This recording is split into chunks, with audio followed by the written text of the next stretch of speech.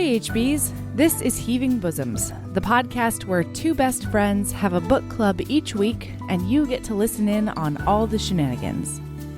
Let's start off with a Patreon shout out because we could not do this without each and every one of our patrons. Katie K, you are the Witch of the Wild made modern. You use your powerful magic for good, whether it's through humor, the way you wield a makeup brush, or bringing cosplay to life. I also have a feeling that, when behind the bar, your party potions can be legendary. Like the witch you're inspired by, you also have powerful healing magic. You can pick up a friend who's down with a look, a kind word, a funny joke, or a cutting remark aimed at the person who hurt them. You can take down your loved one's enemies with the best of them, and you're not afraid to go there. I am so glad our cult has you to entertain and protect us. All right, let's get started on part 2 of One War Blue by Heather Graham. Once again, big trigger warnings for depictions of slavery and hate speech. Okay, here we go. Hi, Erin. Hey, How are you? how are you? I am well. Yeah, I am doing well. What's up? How was your week? Not much. Did you finish this book? Boy, it was honestly touch Because, and go there for a while. I think yesterday you texted me 66%. Yeah. You guys, this book is so long. And I It's kept so reading long. and being like, I'm sorry, 46%. I was just at 42%.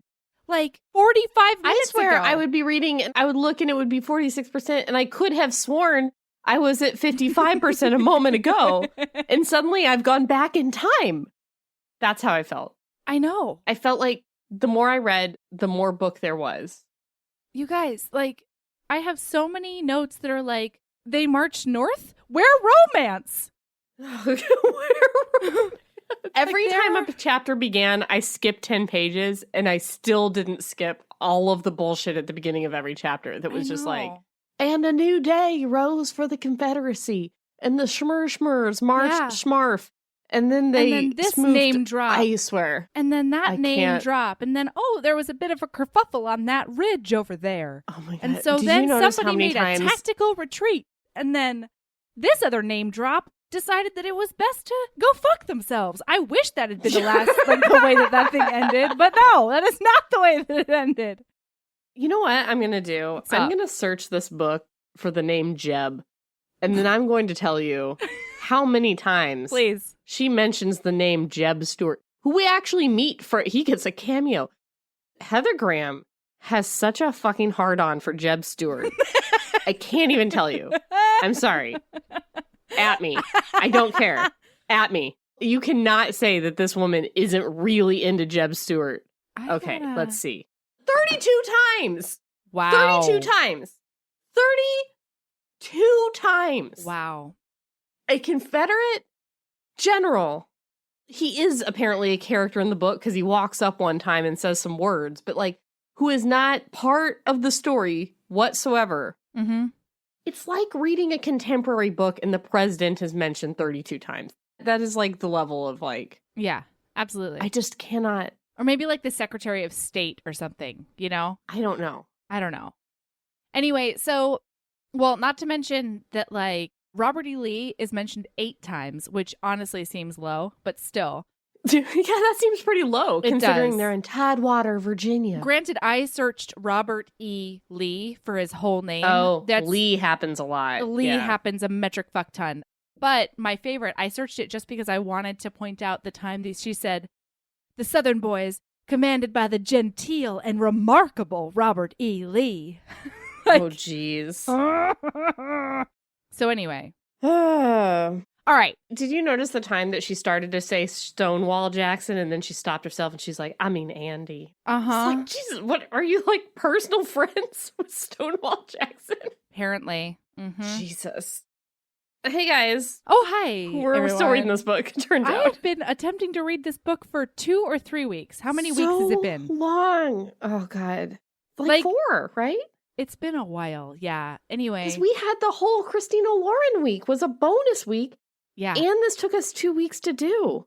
Yeah. We've got to herbs fast. We got to All right, herbs let fast. me switch from seconds to time. All right. Okay. We're 4 minutes in. We're going to do this. I'm going to watch the time and also watch the percentage that we've covered, and I'm going to be a taskmaster. You ready? I'm into it. Oh, you task me. You master me, Erin. I am giving you consent to do that. That's what I'm to born me. for. Okay. That's right. All right. Okay. Part 2. She is a back house from divided. Oh God. If Kiernan is back from Europe. Guys, she's done with her Kiernan is- studies. What did she study? We don't know. We don't lady give a fuck. things. What we care about is that she's riding around, and she rides in the ridge up above Cameron Hall, Because the she historical always, home of Jesse and Daniel Cameron. That's right. And she always wanted to be mistress of Cameron Hall. Oh, God. She always wanted to order all the slaves that live there around instead of all the slaves that are at her house. You know, she wanted domain over both areas. And then, just by happenstance, yeah, it keeps on happening like that. I feel like she's like far off. I feel like she's like up on the ridge looking down. It seems And like like it. somehow it's just like trot, trot, trot, trot. Pegasus is still fucking alive somehow. The horse of Jesse Cameron fought in the cavalry, but still trotting Still around. going great. And then he's like, to what do we owe the pleasure of such a beautiful woman at Cameron Hall? Yeah, So my he note takes is her off her horse. My note is he comes up behind her and is like, "Hey, girl." It really is like that. And she slides down his body off the horse, and then she looks into his deep ice blue eyes, and she's like, "Where can we go?" He kisses her hard. Oh, and he kisses her hard. He kisses her real hard. It's like that, but sexy. And she's like, "Where can we go?" And then it's on TM. So they run down the hill to this abandoned gazebo thingamajigger. It's very Sound of Music with the Nazi soldier. That scene. Yeah. You are 16 They going get on inside. 32. What? Because Seb's 32. They get inside. There's nothing in there. It's just a floor and like a dusty floor. Did you notice this little passage? What's up? He swept the elegant little hat from her head. Oh, yes. What do you think that elegant little hat looked like? It's a little fascinator. Do you think it's one of those little top hats that like steampunk people wear? Yeah, it's a Kentucky Tiny Derby top hat? Oh my God. fascinator, you guys. I want it so much to have been a teeny tiny little top hat that she was wearing. And he just swept it right off her head. Right I off. wanted it so badly. Yeah. Okay. So then he puts his cape down on the floor or whatever, I'm sure, and then there's a sexy Oh, no, time. there's a wrought iron table, apparently, that I herbsed. So they're on that table. Oh, cool. Yeah, there was no chase, no bed, no lounge within the gazebo, but a cloth lay over a wrought iron table. Jesse swept the cloth from the table and laid it upon the floor, then returned for her. Not even the wildest fires of raw desire could strip away the cold within the summer house, and so he did not seek to divest her of her clothing. So we've got a clothes-on bonin in Civil War times right here. Mm-hmm. Yep. Right through that corset. So, it's fine. They fuck for, what, 20 pages? It's a many pages. Sex scenes are so long in this book. They're long and flowery, and like they attempt to get a bunch of images into your brain that didn't quite work for me. I've highlighted a couple passages. Yes, Would you like to hear them? I would like that. This one I cannot figure out if it is a typo or it is a purposeful. Oh. So I'm not trying to make fun of a typo in a book. I just want to know what you think. Her finger, just the one. One finger. Got it. Her finger closed around his surging hardness and the heat of vital life. So he's like a hook hand kind of finger? So it seems like it's her one finger. And also, have you ever thought of calling a dick the heat and vital life of a man? No, but I definitely highlighted that too. That is totally new for me. Mm-hmm. Okay. And then she almost pulled away, startled by the searing power and that very masculine life and power and pulse. She's just got one little crooked finger around it. She's just. Do you think that's a typo, or do you think she just had one little hooked finger? All right. Oh boy. She became fascinated with him and explored that living steel. There are so many great words for cock in this book. I don't like it. By great, I just mean like interesting. Trembling as she stroked and caressed, discovered the. Oh, yep. This is why I highlighted this one. Trembling as she stroked and caressed, discovered the dark nest of hair at his groin. Oh yeah. Comma, the soft sacs within it. So buried buried within his pubes are the soft sacs. And again, the driving rod of his sex. It's like, whoa. Then, so fast forward a little bit. Yeah, I'll do it. Yeah, fast forward. Right. The cry within her own body was answered by the hard and thundering thrust of his shaft, deep inside her, seeming to touch her womb. And her heart. He got right up in there, right? Womb, then heart. 2 stops on the That's train. Some Belinda Blinks shit. He is not in her womb. Oh, no. He is in her heart. Okay? That's where he is. Anyway, there you go, guys. That's what the sex is like in this book. But, like, her little crooked finger around his penis was one of the funniest things I've ever imagined. Just be like, boop. Yeah, I must have herbs that because that is an excellent image. I think it's a typo. I think she meant fingers. Yeah, I think fingers. Yeah. All right. So then he's like, I missed you so much. How did I live without you? He's like talking into the crook of her neck. And he's like, oh, you're the best thing that's ever happened to the whole wide world. And She says, oh, Jesse, is it always like this? And he says, no, it's never like this. Never like this. Mm-mm. This is special. And then he's like, marry me. Because this is the third time he has asked her to marry him. Okay. She says, promise me that you'll be with me, that you'll always be with me. And he says, right or wrong, on your side. And she says, oh, Jesse, this is your side. You're a Virginian. It all happens It's always again. Like this. We just fucking had this fight. We just did this. Don't worry, you guys. We're going to have it again. So they have this same fight again. And then his brother interrupts them. So we don't have to do the whole fight, which was like honestly so nice for me. So his brother comes in and he interrupts. We only did 5 pages of it. Just putting it out there. That's true. We did a lot. Okay. That's true. All right. Same. All right. So then his brother comes in after, thank goodness, they have laced up and stuff.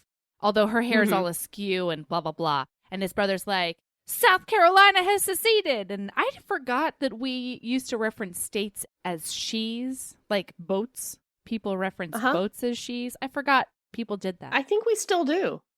I have never done that. We still do. I reference states. We still reference countries as she's. We do? Yeah. Oh, yeah. Like France and her constituency? Oh, clearly you haven't had to sing a lot of songs for the army in your time, but both states and countries are she's. Wow, I had no idea. Okay, so then we go through about 20 pages of the states seceding left and right. Don't worry, there's a description of every state and the manner in which they seceded and the meetings they had before they seceded and the letters that they sent to other states about seceding. Like, it's a whole thing. Then there is a Christmas party at Cameron Hall. That is Jesse's house. This is where she thinks about how she had always dreamed of wanting to be the lady of Cameron Hall. And like, it's gross to me because she's like, I always dreamed of decorating Cameron Hall and preparing these dinners and blah, blah, blah. It's like, bitch, no, you fucking you're not did it. doing that. No. You have never decorated a motherfucking thing in your life, and you certainly haven't cooked anything. Okay. I'm being tasking master. I've got it. I'm looking at it. I'm watching. No, I'm not worried about it. I'm just... Okay. So she says this to somebody that she would love to be the lady or whatever. Somebody said, why didn't you marry Daniel? He's the other Cameron. They're like, Daniel would have married you long ago. She blushed. No, I don't mean the hall, although I do love it. She turned to him. Oh, it's Jesse. She turned to him very seriously. Jesse, I want you, and I want the life that we've always led. I want the river. I want the land. I want years of Christmases like this one. I want the elegance. He says, you know how much work a plantation is. Yes, she did know. It was dawn to dusk work, no matter how many slaves a man or a woman owned. It was constant supervision of a massive household. The laundry, the candles, beeswax, baking, sewing, cleaning, buying, harvesting, and always listening to problems, solving them, and then starting all over again. But Kiernan had never minded.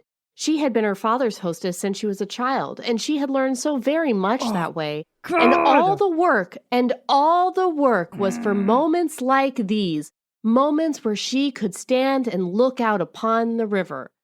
I swear to God, she laments all the back-breaking work of fucking supervising the slaves. And then says all of it is for a moment where she can look out upon the river. Oh, yeah. Oh, God. It's so fucking gross. Oh, yeah. And don't So worry, gross. you guys, because during this passage, the author makes sure to include that they could hear laughter and singing from the slave quarters. Go fuck yourself. Yeah. This fucking picturesque nonsense about what the antebellum South was just makes me want to kick everything in front of me and behind me and around me. Just give me something to kick. Oh, it makes me so... I have that exact thing highlighted. I just could not believe that was written on a page. By the way, 1991, I went back this week and looked. It's 1991 is when this was published. That's when this was published? Okay. I don't know. I don't know, man. The thing is, it's not a contemporary where I feel like... I don't know how to quite say this. I feel like there was a time in romance novels where like bodice rippers were popular and that's what people were writing. And that's where we get a lot of classic romance novels with a lot of consent issues. Yeah. Well, that are kind of a time that we can a little bit forgive. Yeah. Well, and a good example Slavery of that has always been fucking bad. Yeah. Now, in 1999, in 1972, like there's never been a time where it's like, you guys, slavery apologies were really popular in romance that year. Like, you that's guys, not a thing. What you know can what I we mean? do? It's just reflecting the culture. It's fucking not. No, it's not. It's not. Anyway, okay. So then basically at this party, he takes her out on the thing because she dances with Anthony. smooching. Anthony proposes marriage to her. Jesse cuts in. They dance around a little bit, and then he dances her out the door and onto the porch. And then they get caught kissing by her dad. Jesse's like, this is now the 5th time I have proposed to your daughter. I would like to now ask you to get involved because she hasn't said yes to me yet, and I figure it can't hurt.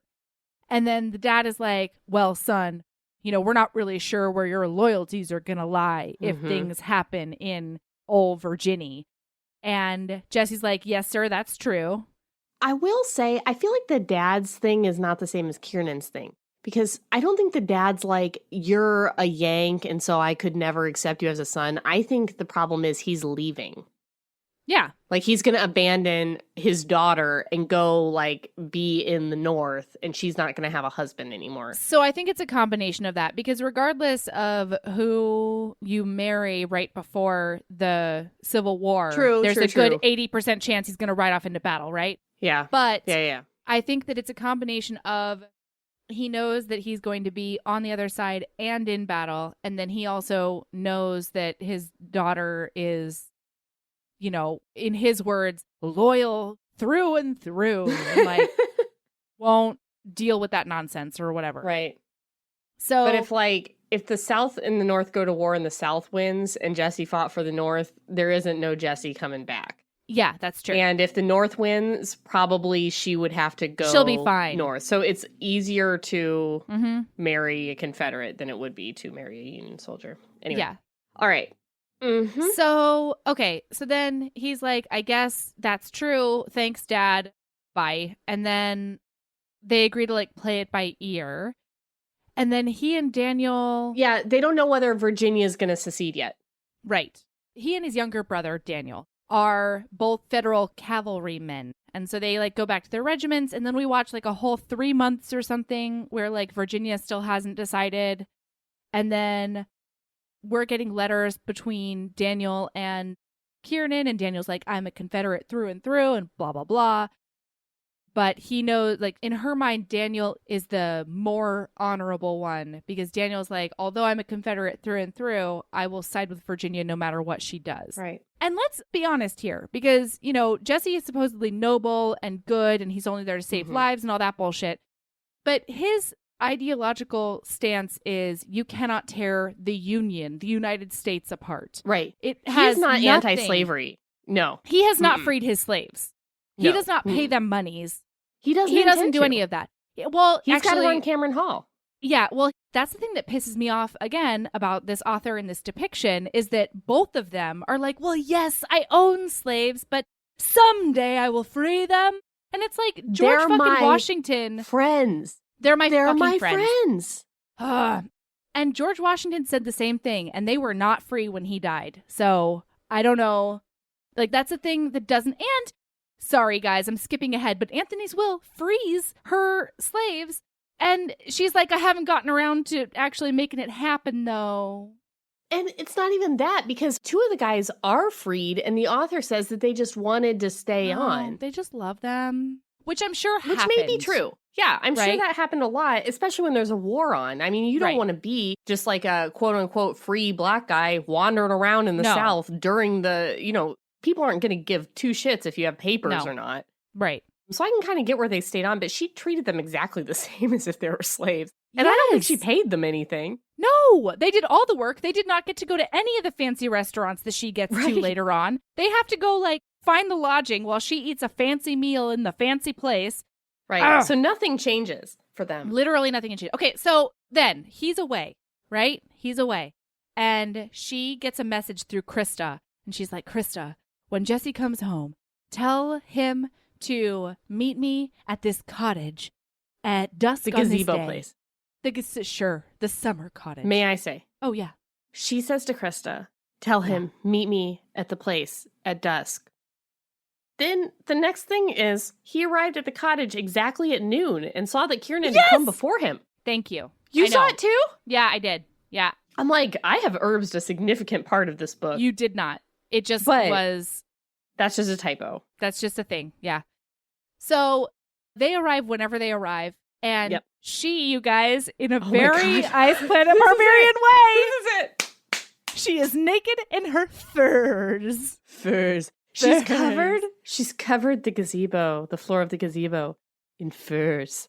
And Did then she? She's Or do you think somebody did that for her? I don't know. Oh, I don't know. Oh my God. Can you imagine if she had a slave haul out these furs so she could have sex fur time? So that she could make a fuck nest out of it? Do you think they Yeah. made her fuck nest for her?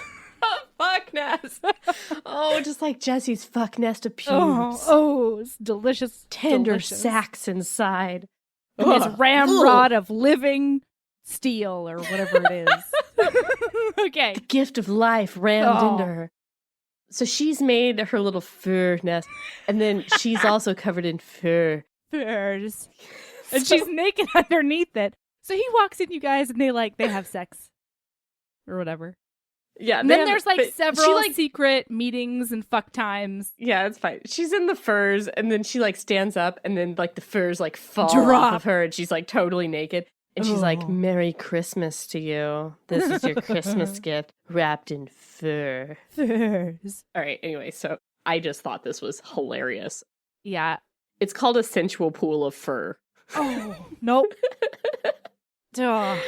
It's so good. All right. And then the author sort of herbs several secret fuck May I nest read another line? excursions. Yeah. I'm sorry. This is a line from the sex. Soon their bodies were dampened and slickened by the torrents of Oh, kisses yeah. and caresses that they shared in exchange. Their bodies were slick with spit. The spit? Listen to it again. No. Soon their bodies were dampened and slickened by the torrents of kisses and caresses that they shared in exchange. The torrent of kisses has caused them both to be dampened and slickened. Can you imagine a situation where you have smooched another person enough to make their body slick?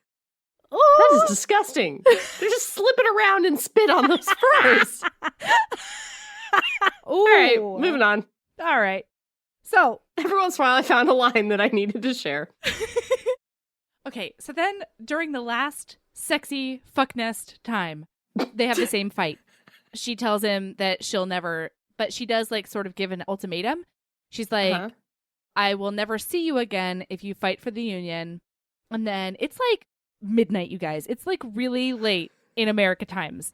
And she is not home. What, Erin?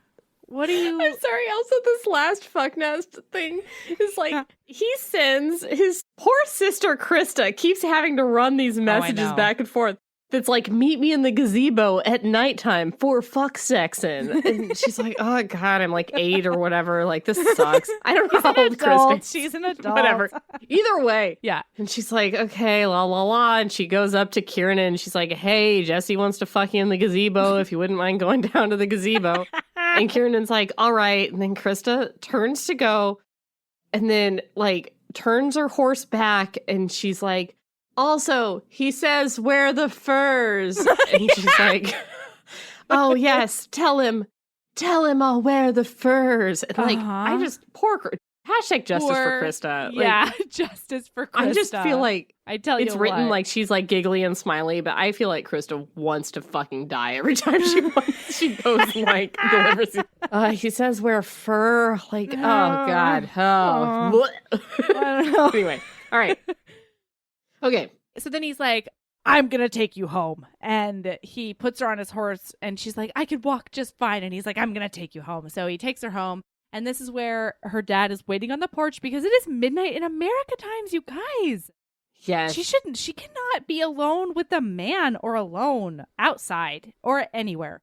And yet her dad is like the consummate cool dad. Every time she does something, he's like, oh, it's all right. It's all right, darling. Like, I know you're just a precocious little chit.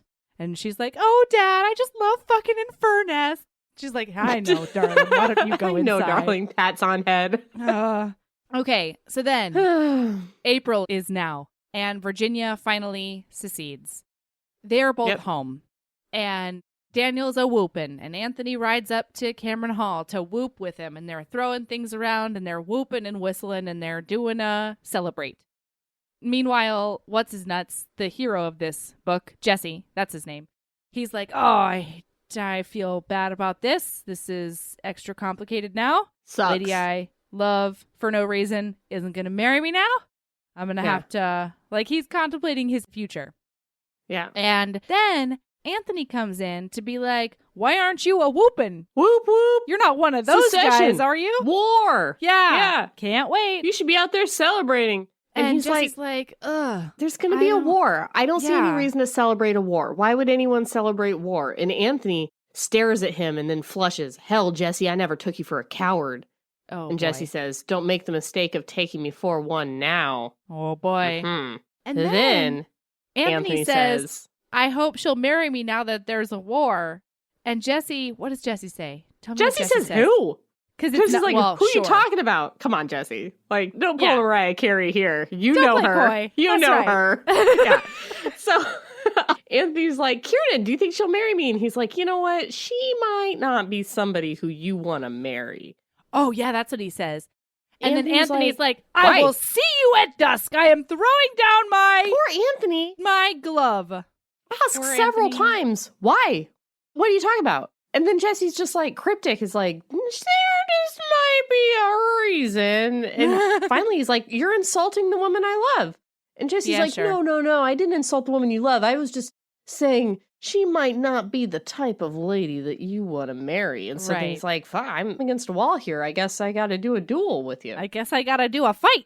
And Jesse's like, nah, just put your gloves away. And like, Anthony's all stop doing hot-headed.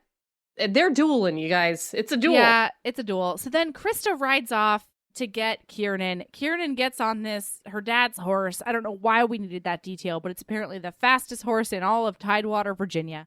So it's fast and it's danger. It's a danger horse. Danger horse. So she goes riding away to stop it. And once she gets thrown from the horse at one point, oh my gosh, this looked so much like the horse wreck I got in. Can I just tell you that much? Oof. Did it? Yeah, because, well, I did a dumb thing. But anyway, the horse rears up and she tries to stay on, which is the natural inclination. Like, unless you've gone through this before, the natural reflex is to hang on to the reins and do that. Mm-hmm. And then it gets worse. And then it gets way worse. In my case, I accidentally pulled the horse down onto me because I wouldn't let go. I wouldn't just fall off. So it hit the tipping point and then like essentially sat on my shoulder, chest, and head. Luckily, it had rained the day before and I just missed a giant rock. Otherwise, I might be dead. I'm glad you didn't die and you just got horse butt in your face. I just got a lot of horse butt and then nope. So she arrives at the duel. Yeah, and Jessie is like gone past her because she was going to get the horse.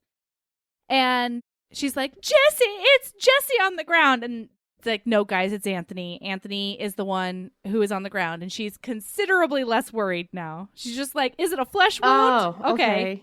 Oh, well. Anthony is, now mark this, nicked in the arm. Yeah. Mm-hmm. That's the only thing that guns in this book can do. That's true. Is nick in the arm.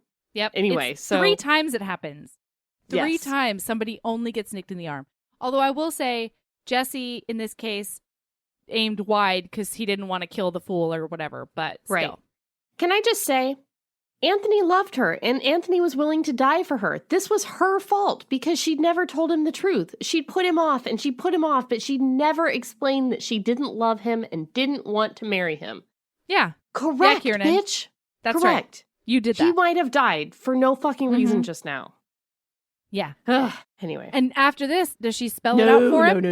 No, Still doesn't. No. Nah. No.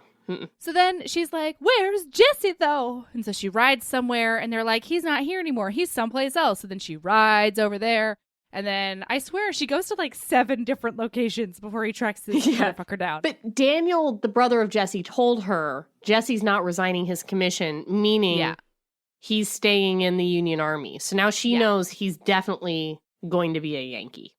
Right. So she finds him at his parents' graves saying goodbye, and once again have a big fight. So then she begs him not to go, and then he kisses her gruffly because my note is he's very Rhett Butler.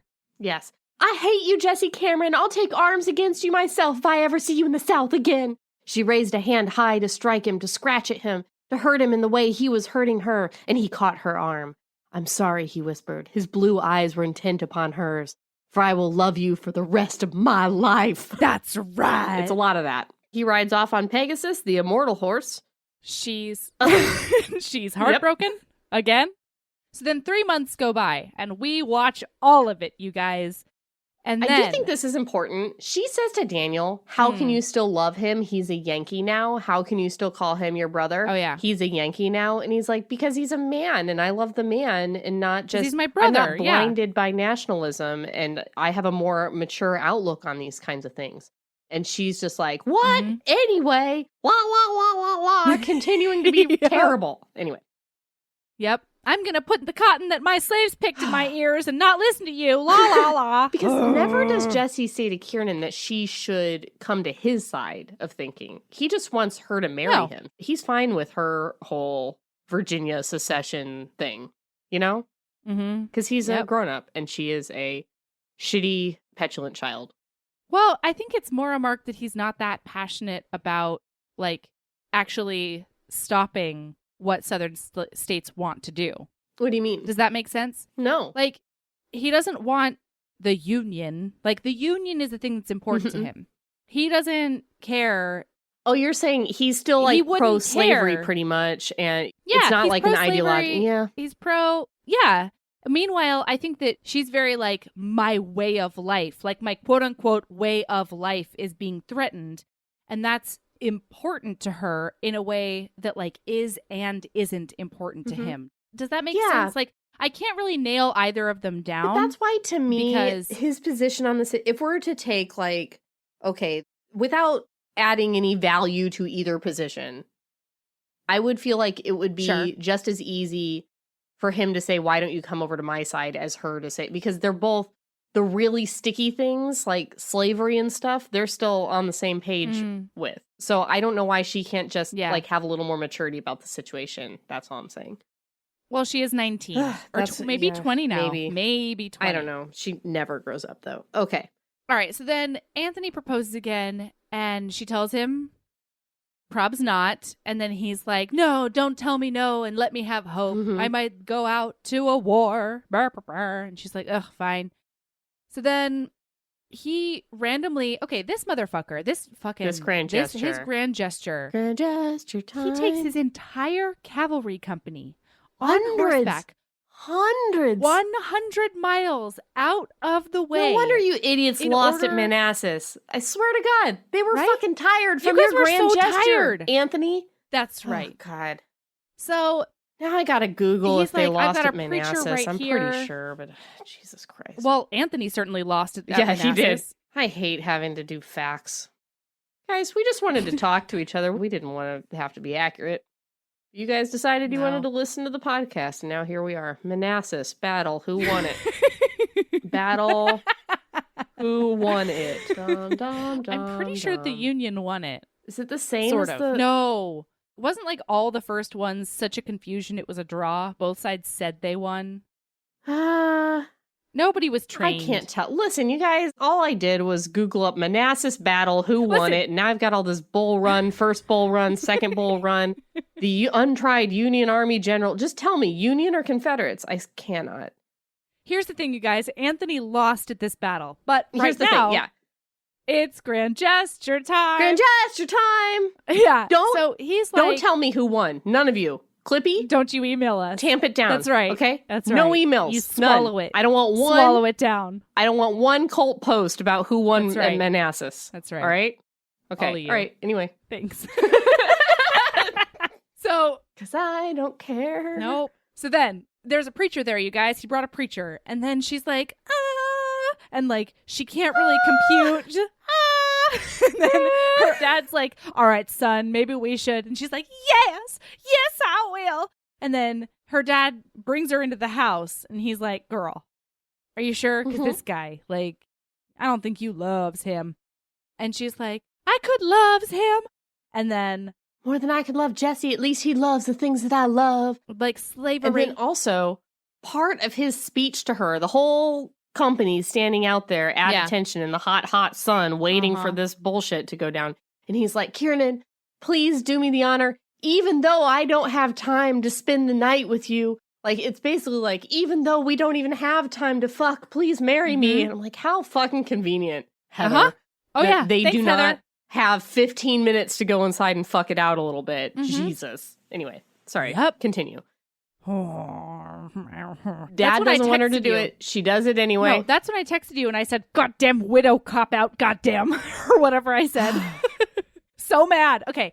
So they get married. Nothing happens. They eat food that her slave makes her. Yeah. The idea that they all got dinner, but they didn't have time to fuck is off the chain crazy to me. Mm-hmm. And then he rides away to die. And that's not a spoiler for the next scene, although we have spoiled it, because it literally says, but Kiernan never got the chance to lie in the bed that she made because Anthony was to be no more or something like that. Mm-hmm. So, and my note is he finally going to marry her and then never get to fuck her because he dies in battle? Is that the kind of bullshit this is going to be? Yup. Yeah, that's my note. Clearly. And when they smooch at their wedding is like the moment she knows she's made a horrible, terrible decision. She's like, oh, and Jesse I'm like, said. Been there, girl. Yeah, that's right. Mm-hmm. Anyway, so they ride off. Not only Anthony dies, but his dad dies, which means that she's got to go to the house of the Anthony Miller. Wait. I'm sorry. I have to read my notes from this section. It says, Absolutely. Jesse in battle. So much commander names. Maneuvers. North retreating. Jesse step into another dock tent. He treat everyone. Anthony Miller dead. Maneuvers. Oh, God. Can I say, like, okay. What's up? First of all, Jesse Cameron. Yeah. Remember how he's a doctor? He's a doctor, you guys. Invents triage. Yep. You guys. Mm-hmm. Just stop for a moment. Mm-hmm. You guys know how military triage was invented in the American Civil War? Allegedly. Okay, listen. I went back. I read the Wikipedia. I know there's nuance to this, but people usually say that out loud. Okay. Jesse Cameron. It was Jesse Cameron? Yeah. In this book, Jesse Cameron invents triage. Like, men are coming in and he's like, I don't care, like, put the ones that are definitely going to die over there and the ones that, like, are definitely going to live over there, and I'm going to help the ones in the middle, and That's just right. invented this. Mm-hmm. And then they're like, but some of them's rebs. Oh, my God. Some rebel soldiers get brought, by who? We don't know. It's passive voice. They get brought, we don't know how, to the Union tent by mistake. Mm-hmm. What is that? Has anyone ever dropped off the wrong soldiers? I don't think that's a thing. It was much confused, but I still have a really hard time with it. Don't you think you'd, like, open up the flap and be like, whoops. Yeah. It's all Union in here. Yeah. Turn around. Anyways, he's like, even give me the rebel soldiers. Just as long as they're in that middle category of might live but are super injured. And then he conveniently undoes the sheet of Anthony Miller. Uh-huh. I just could not believe this scene. Okay, moving on. I just was like, come on, Heather. No, I know. Come on. So then he raises a white flag for a private of some sort, and he negotiates a way to get Anthony back to the family. How does he do that? by talking to Jeb Stewart. Sexpot Jeb Stewart. That's right. Ha-ha, we've been waiting. Finally, we get to see his handsome face and the line of his jaw. Boy. Yep. I swear to God. Okay. All right. So then Kiernan goes to Anthony's house because she's his widow and he has a younger brother and younger sister. They're like 12 because they're twins. And the town is in shambles. The town we met, Harper's Ferry, earlier on, totally like deserted. And then she finds out this whole goddamn narrative where she finds out what plantation life is really like when I swear to God. Wait, before you get up on that soapbox, I just need to tell everybody that Anthony Miller's like home, you know how they're all called something? Yeah. Is called Monty Marty. I think I was calling it Montemart, but it might probably. Be... But in my brain, every time I saw that word, it looked like Monty Marty. If you think of how gravely they discuss Montmartre throughout the thing, I just feel like Monty Marty, is she still back there? Are they gonna burn down Marty? Monty Marty. Okay. All right. So Janie is Anthony's slave that his will freed, but Kiernan in the prologue, which is months later, has not actually done ever and probably won't. She's like, it's so much paperwork, you guys. She's like, guys, going to that. So much paperwork. God. So then they chat and Janie informs Kiernan that the only people left, it's Janie and then a family. There's Jeremiah and Tyne. Jeremiah is the father. And David, I think the little boy's name is. Anyway, there's like a father who's elderly, an 18-year-old boy named Tyne, and then an 8-year-old who I think's name is David. And all right. And so she's like, everybody else ran off. And my note is, good. And then... But they really characterize this as, like, Janie's like, listen, all of this has gone to shit. And Kiernan's like, well, if you needed help, you should have asked for it. And she's like, no. What happened was, since in their wills they freed the slaves, a lot of these slaves run off. And it's like, no, they're free. So they left. Yeah. And it's very, like, we're so happy here. And earlier on, we're the good ones. There's been a lot of talk, like, at one point she interacts with a slave that is Black Freeman, but he liked her dad so much that he just stayed on. Yeah. And, like, again, I'm sure that could have happened. I'm sure there is a case because, you know, humans in history. I'm sure there were many cases of that. Yeah, because it was There's really a certain level of like, this is all you know. Not to it's mention, scary to set off in the world with like fucking nothing in the South with a war going on. Well, and before that, there were a metric fuck ton of what were called slave codes that made it incredibly hard to be a free Black person and get work where people would pay you. And then after the war, there were all the Black codes, quote unquote Black codes, that made it incredibly hard. People were not allowed to vote or own property or they still had to work at a very low wage or work off debts. Like, I hate this narrative of like, we just like you so much that of course we're going to stay. Fuck you guys. You've made it systemically impossible for them to live otherwise. Fuck you. That's the thing. That's the thing. Because I'm sure this happened a in this lot. novel. I'm sure this happened maybe like most of the time. And it's not because he liked your dad. But it's not because we just have so much love and affection for the white family that owned us. It's like coercion and systemic and horrible. Yes. What? And even if there was, because humans have such a huge capacity to love. And like a lot of these women especially were like raising the white children when their mothers weren't. And like, you know, of course, a good person is going to love the baby that they raise, essentially. And, like, you're the mother figure for them. But that is different than just, like, being so pleased with your lot in life. Fucking Heather Graham. Right. That's not how this works. Okay. Or accepting your lot in life. Yes. Because if you're treated horribly for generations and generations, you start to believe that that's what you are and deserve too. I mean, don't know anything else. Like this whole system, it was so strategic and it was so on both sides, right? Like there's a reason that they wouldn't allow slaves to learn how to read because it's easier to keep an uneducated people down where you want them. But at the same time, I was at a Civil War reenactment once in college, and in this like Confederate bar where like all the Confederate reenactors were hanging out.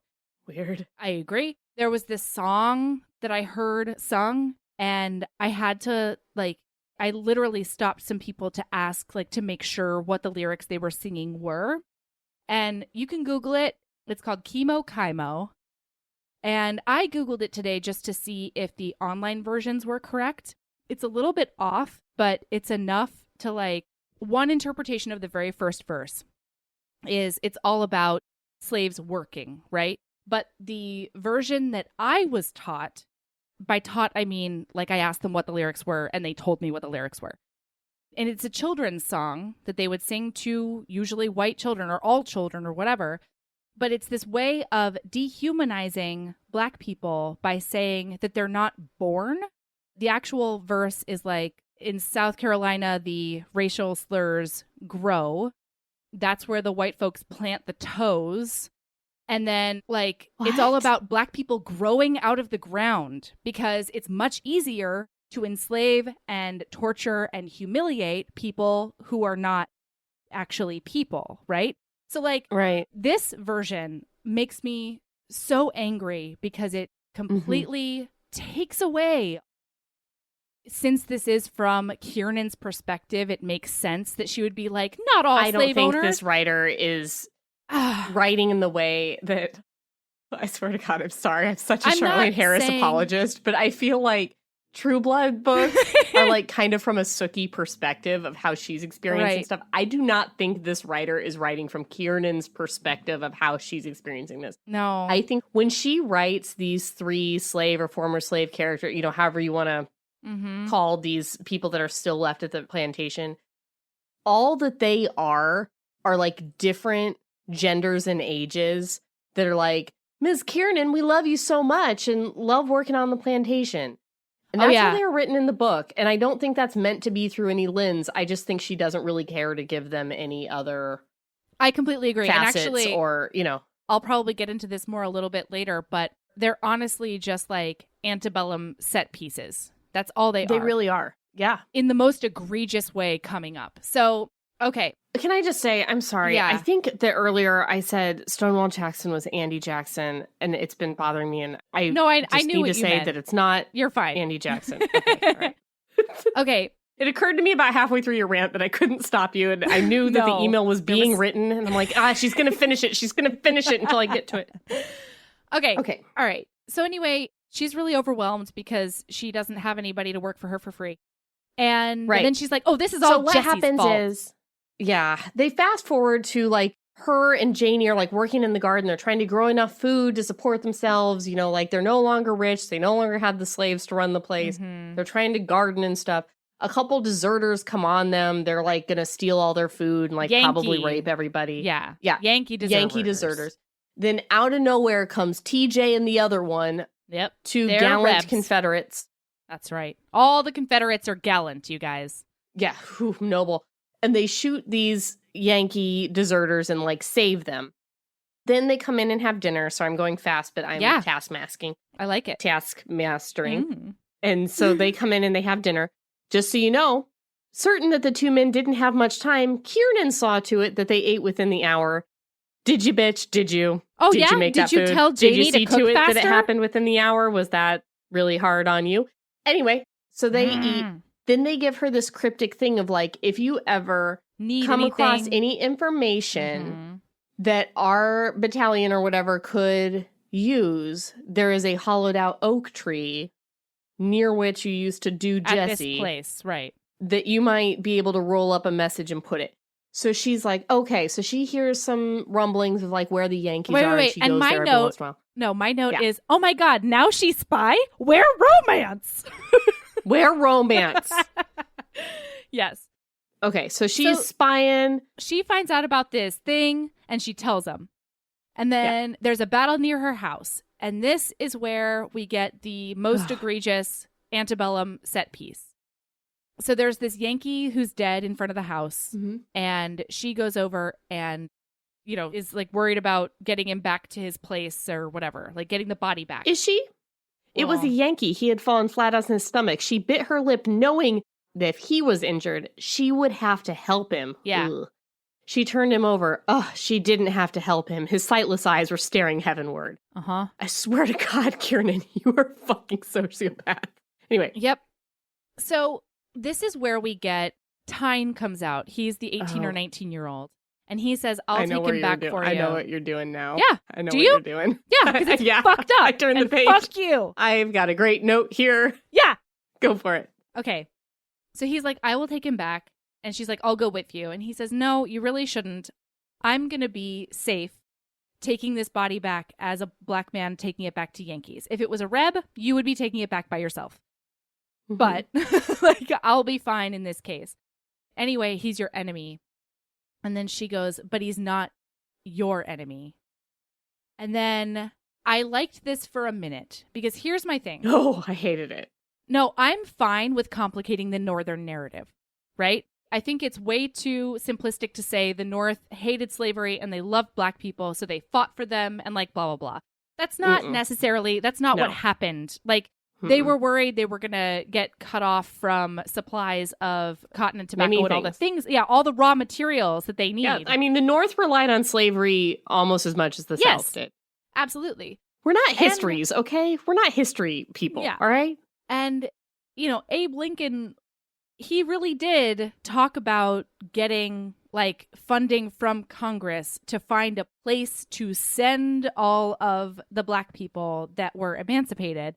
Because I don't know why. My thought is because he didn't really want to deal with the fallout or whatever. Maybe it was his idea of like reparations. I don't fucking know. But he really did have that idea of like sending them off to an island that would be theirs and no longer here. So Tyne talks about all this and he says that, you know, as much as he's a slave here, what does he say? Some of these folks up north, they don't want Southern folk beating us. And that's a mighty fine thing for them to be wanting too. But some of them, same people, have a notion that if they rub up next to a black man, some of that color is going to rub off. And so he's like, I understand essentially this whole monologue is like, I understand that the North is just as racist as the South and blah, blah, blah. Right. So fine. I am fine with complicating the narrative. But then she says, thank you. And he says, he sort of corrects himself and he's like, I've never had to pick cotton, Miss Kiernan. I might feel a whole lot different if I had been a field N-word. And let me just say one thing. This thing is so whitewashed. I mean, tons of scenes with mixed company and it all happens in the South. There are a total of, I think, 4 racial slurs in this thing. 3 times darky is said. And then 1 time the N-word is said. I thought you meant there were 4 times the N-word was said. I'm like, I only remember this one. No, because it whacked you in the face. No, because it had not happened up until this point. Because the protagonists are supposed to be likable. Ugh.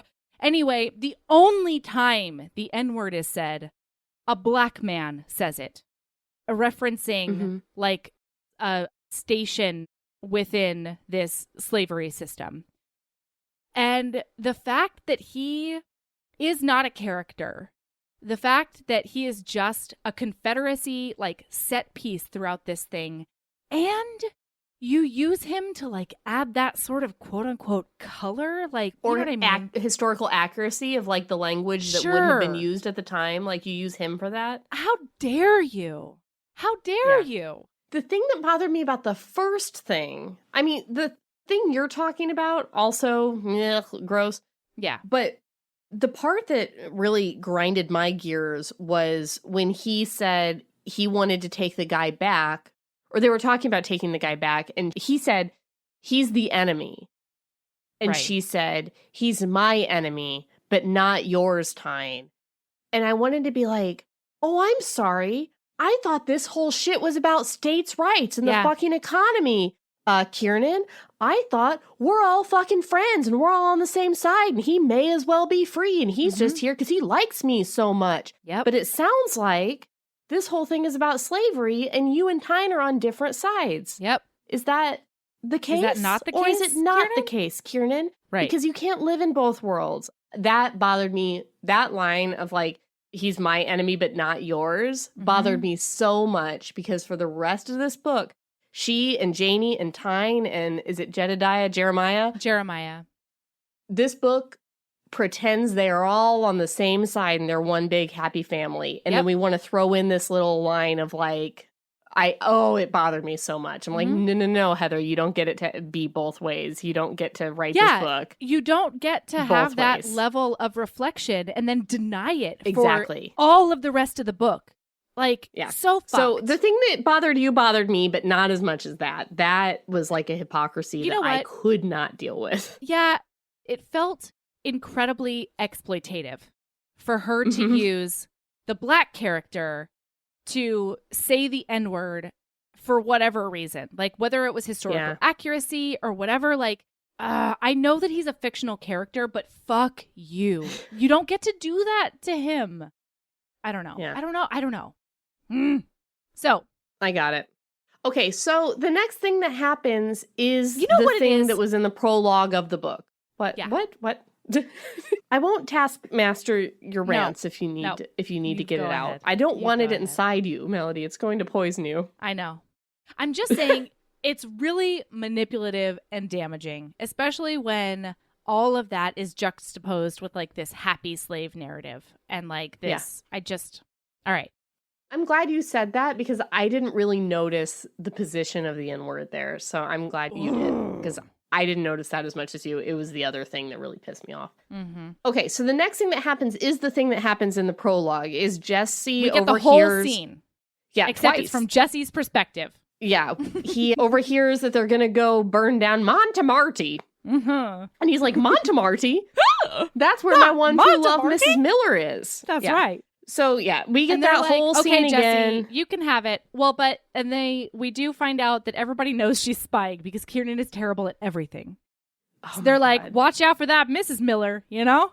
And then we get about 50 pages of her avoiding him and lots of field hospital times. And then she starts tending the men at night and he pines for her from his room. And then... Sorry, one quick mini little soapbox, like a soapbox. Get up on it. Is him coming in and Janie, the elderly house slave. I know. Sorry, these are the words. She's like showing him around the house and stuff. And she's like fiercely against Yankees. Like, I'm not cooking for no fucking Yankees. And he's like, no, we have a company cook who will cook for us. You don't have to cook for us. And she's like, there's not going to be any Yankees in my kitchen. Like, it just really pissed me off. It's like, why? What? Ugh. Yeah.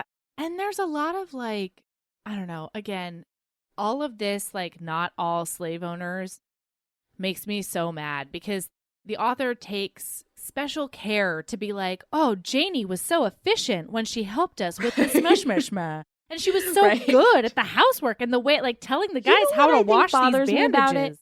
Kiernan is so immature and unable to like see the forest for the trees on these like very nuanced. I don't know. Yeah. She's unable to distinguish the man from the party and the war. Like, war is very black and white for her, and she's a child about it. And all of the slaves working in her household are very also anti-Yankee. They're all Confederates too, and they're all on her side. And it is in the end for all of them, as it was for Tyne just a moment ago, Kiernan that's like, no, Janie. Jesse is a good man. Like, some Yankees are good. I'm like, shut up. Stop making her like the person who educates these people on the fact that there's like nuance to the thing and that that Yankees are actually on your side. Black slaves in my house. I just, bleh. Yeah, I agree. Okay. I agree. Cool. Okay. All right, moving on. So, we're moving. We're going to be funny again in 5, 4. My next note is, Jacob, shoot Jesse! Oh, God, yeah. So, okay. The 13-year-old walks in while Jesse's doing paperwork. And 13-year-old meaning Anthony's little brother. She's got these kids living in the house. She's taking care of these kids, quote unquote. Yes. Kiernan doesn't I'm sure take care of Janie's anything. taking care of these kids. That's right. So he comes in and he has this whole confrontation with Jesse where he's like, you killed my brother. And Jesse's like, no, I didn't. And then the kid accidentally shoots him he grazes his arm, you guys. Time number 2. That's all guns can do in this book. It grazes his arm. So he tackles him to the ground, and then Kiernan comes in, and Kiernan's like, oh, are you okay? And Jesse's like, listen, Mrs. Miller, this kid just shot me, and so we're going to go have some words. And she's like, Jesse, no. And he's like, you are the fuck out. You will call me Captain Cameron, he says. Uh-huh. And she's like, Jesse, that just makes my ass itch. That's what she says. Oh, no. Is that one of your southern thingies? I forgot We're about like an hour in. Why? Listen, Why? because... We got so far.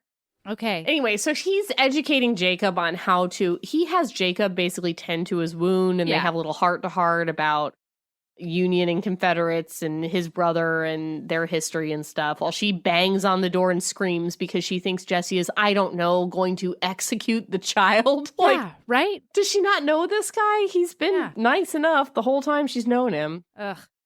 Anyway, and just another Jesse's little like, gross suture me up fight. because he wants the kid to know like what bodies look like when they're actually damaged, and like maybe stop carrying that pistol around, you dumb fuck. Mm-hmm. And the kid's like, noted, of course. And also my brother did say you were a good man. I was just being irrational because I'm grieving. And Jesse was like, yeah. Because I'm more mature exactly than Kieran. Yeah. So then like she comes in and there's a hug and there's almost smooch and there's a this and a that and nobody but then cares. There's not. And then there's then not. The next thing is Jesse's looking out the window. She goes to spying. Yeah. So she's been like tending to the men's wounds and like flitting around like this like little angel and like flirting with all the men. They love her. Ooh, ooh, ooh. So he sees her go out for a and he hears Twilight. the guy tell her something. He hears like one of the guys tidbit. be like, well, they're going to be so surprised in 2 days when we go to this specific place. Not gonna lie. So she puts on her riding cloak and rides out at dusk, and Jesse's like, "Rrr," and so he follows her. Then he sees her at the oak tree. He follows her, and then, not knowing her destination, cannot see her anymore by the time Jeremiah gets out of his way, because Jeremiah is blocking him. And his heart's need for her. Oh, probably. Anyway, he can find her. No, you guys, not only does he find her, he beats her to her own destination and hides at the exact tree she's using for spying. He knows that that's a great tree for spies. He knows it. It's a perfect Confederate hollowed out tree for spying time. Is there just like a Confederate flag hanging on it? Oi, Kiernan, you're so dumb. It's right here. We marked wouldn't it be for surprised. you. I know. She's that bad at this. Ugh. Anyway, they have a struggle. He ends up on top and of her. And then a kiss. Yeah, and then, the kiss, it deepens and it becomes fierce and passionate. And then she's like, no, Jesse, no, never. Yankee, This is my favorite, though, because she goes, this is Anthony's property. This is his house. And he's like, the first time we fucked, we were on Anthony's property. And she's like, he says that. Stop it, he says I that to her. I was like, when she said that, I was like, oh, girl. And I'm so glad he was like, oh, girl. That's right. Don't you? It was good. Okay, so then the next day, Kiernan tries to spy again. This time she writes the note and puts it down her cleavage. The best Deep in her place bosom. for notes. So then...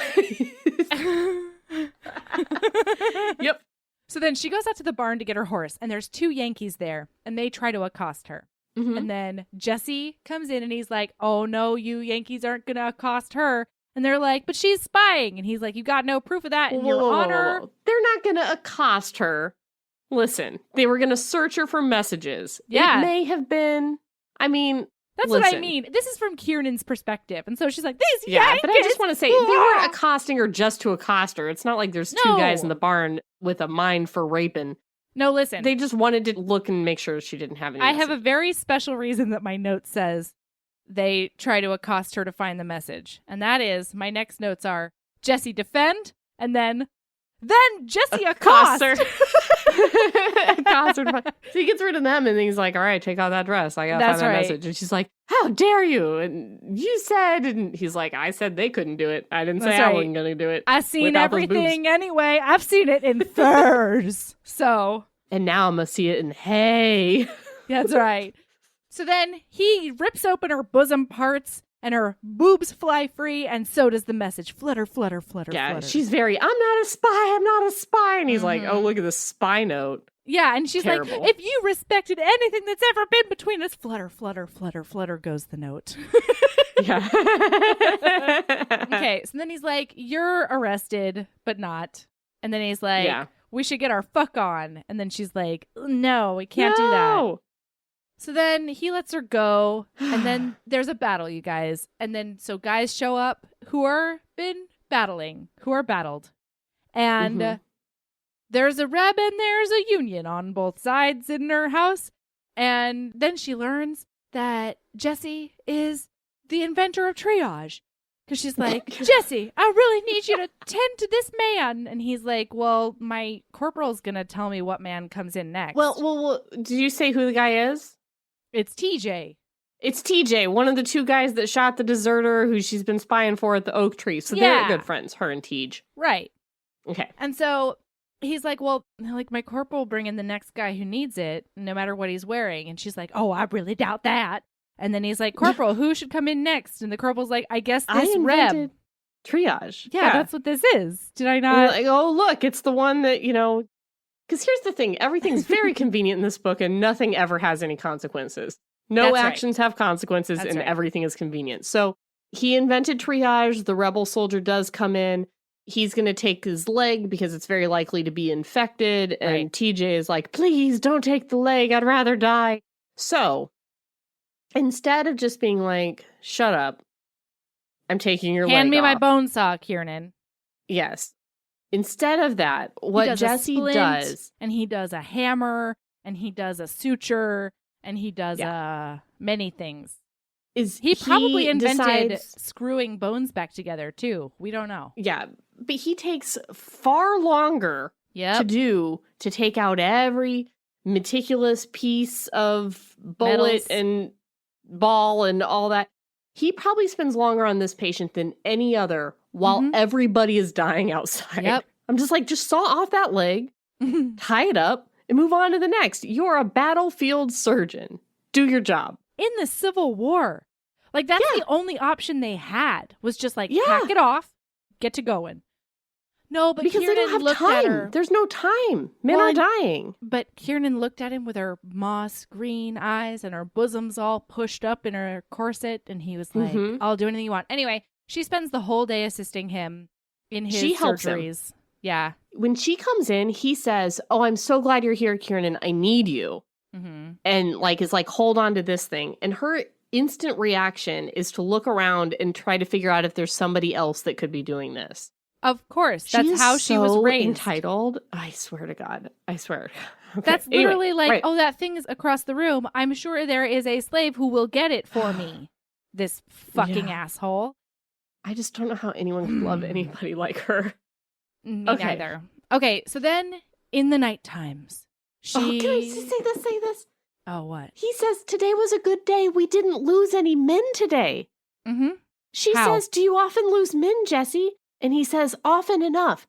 This is the Civil fucking War. I know. You're telling me there was a battle and then guys came in. Actually, I guess people weren't dying outside.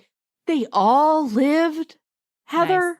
Nice. Okay, so then my note is, she visit him in night and it finally on again. It on. And then, of course, right after the sex, they fight. You sound so excited. You're like, it on. And you're like, And then they fight. And then my note is, every fucking time. Oh, and it's the same fight. It's post-coital fight. Same dialogue. Yeah. Every time. Except this time it's like, oh, I did this in Anthony's house and Anthony and Mar. And he's like, you didn't love Anthony and bar. And then she's like, well, I can't love a Yankee. Seeming to burn inside her until he touched her womb. Oh, wait. Until he touched her womb, her heart, and her soul. And her soul this time? It's more. It's more now. That dick. Am I right, Erin? Jeez. Yep. Okay. All right. Then she's like, I'm never going to touch him again. And then, of course, just like she never had to lie in the bed she made with Anthony, it says, and she never had to worry about that anymore because he got orders to leave. So he fucks off. He goes to get a promotion in Washington or something. And she has her house back. Months go by that nobody cares about. And then, you guys, he again tries to get her to marry him before he leaves. This is proposal she's like, I love you, but I can't marry you. You're a Yankee. I didn't marry you before because you're a Yankee, and I won't marry you now for the same reason. Don't you understand? I'll never marry you, Jesse. Never. Oh, God. Can I just say, that there are so many exclamation points in this book. And like there are needless exclamation points. And then it'll be like, Jesse, bah, bah, bah, bah, bah, he whispered. And I'm just like, why is there an exclamation point if he is whispering? Anyway. Okay. So, you guys, she goes to visit the deserted town of Harper's Ferry. This might be when West Virginia he is rides formed. off. Oh, yeah. I just want, in case anyone's on Pegasus Watch, he rides off on the very healthy and alive horse Pegasus. Still, he went away for years to war. Uh-huh. Rode Pegasus all around the war. Pegasus, not a target. No. Doing well. Okay. All right. Doing fine. Okay. Yeah, because Erin's talking about the wars in like Kansas and Texas and stuff, like the ones pre-Civil War, and now this war, and Pegasus is G to G. Good to go. Bleeding Kansas, as Heather keeps telling us about. Oh man, Pegasus was not bleeding. The only horse to survive, probably. Not a nick.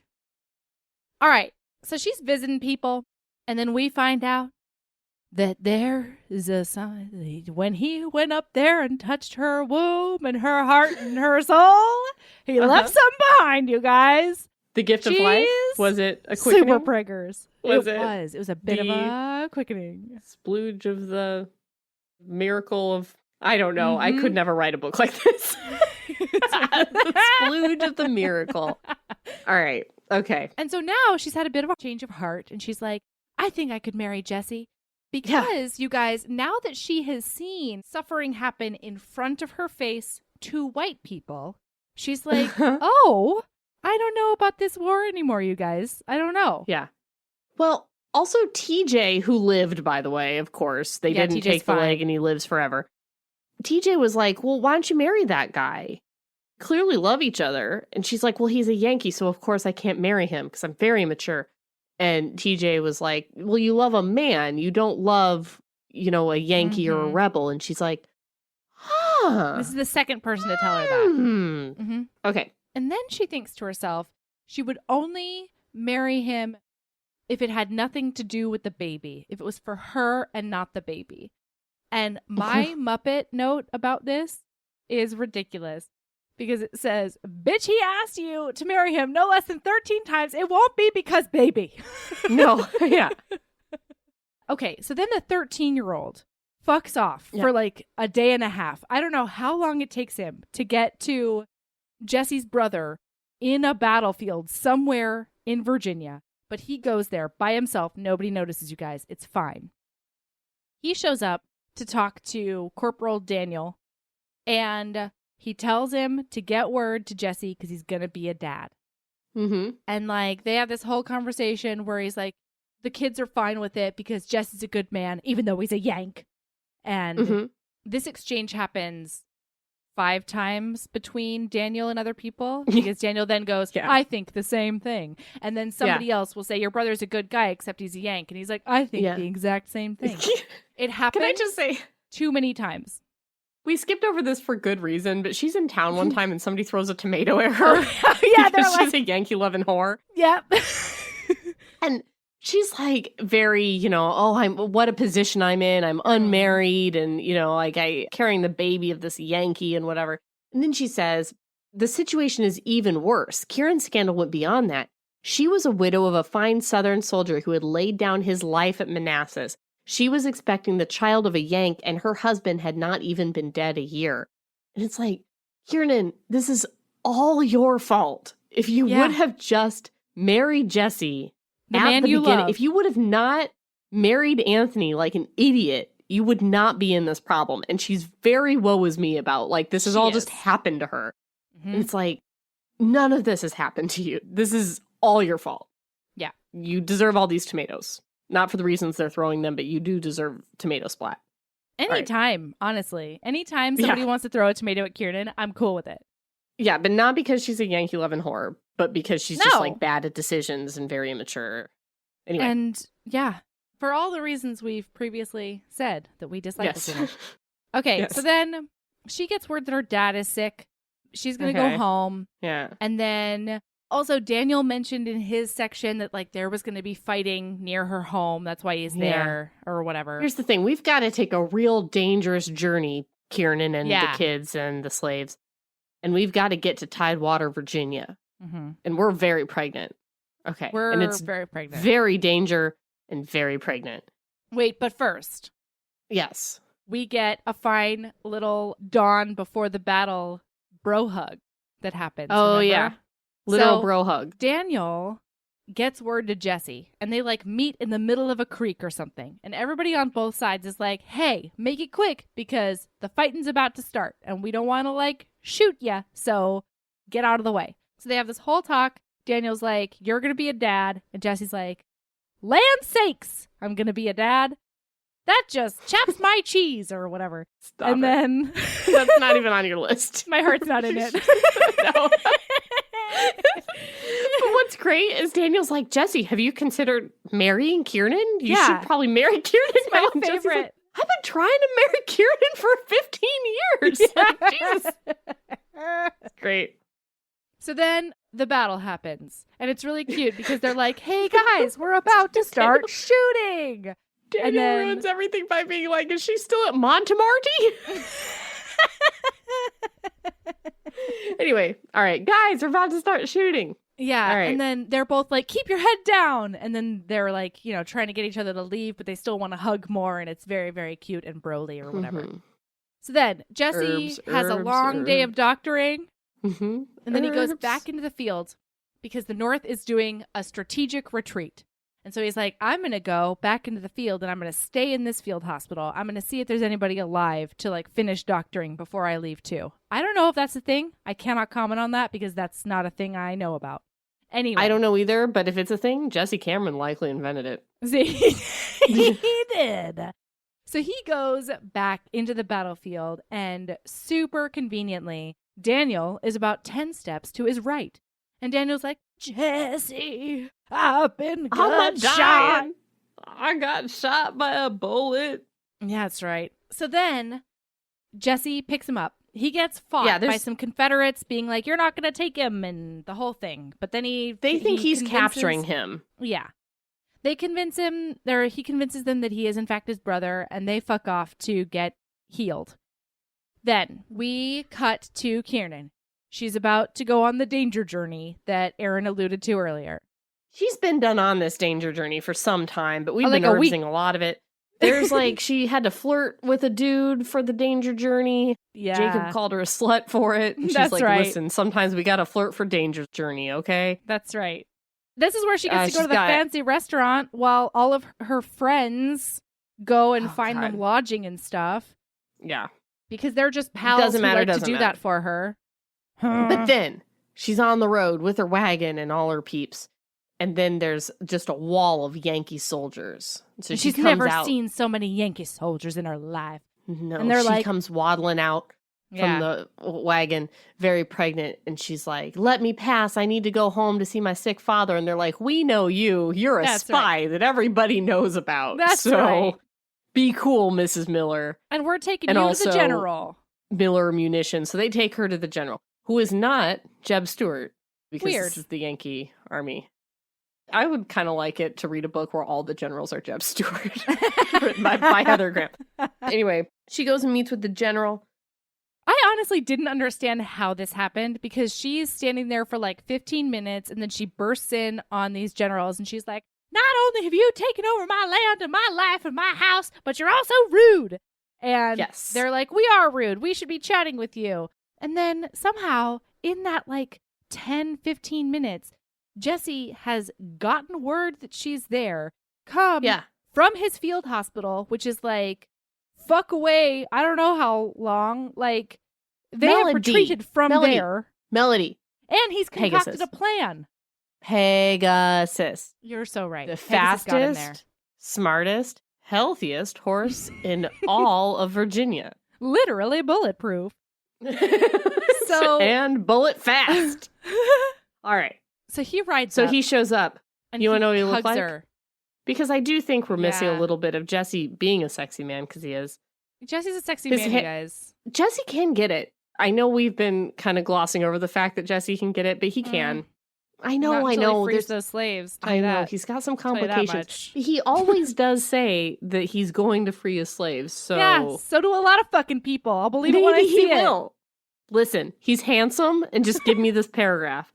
His hair was totally disheveled, his black locks falling over his stormy eyes. He was hatless, and his high black boots were covered with the mud that had splashed on him on his way here. His fingers, closing harshly round her arms, were hard and taut, almost brutal. But in his whisper, brief, desperate, was intended for her ears only. Help me, Kiernan. Play along with me.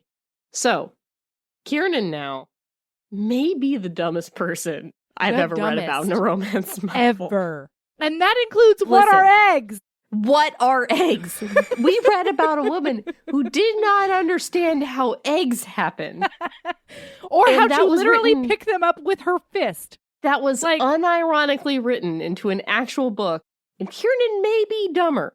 So this guy leans into her and says, play along with me. I need your help. Yeah. And he said it sexily, if you noticed. Of course.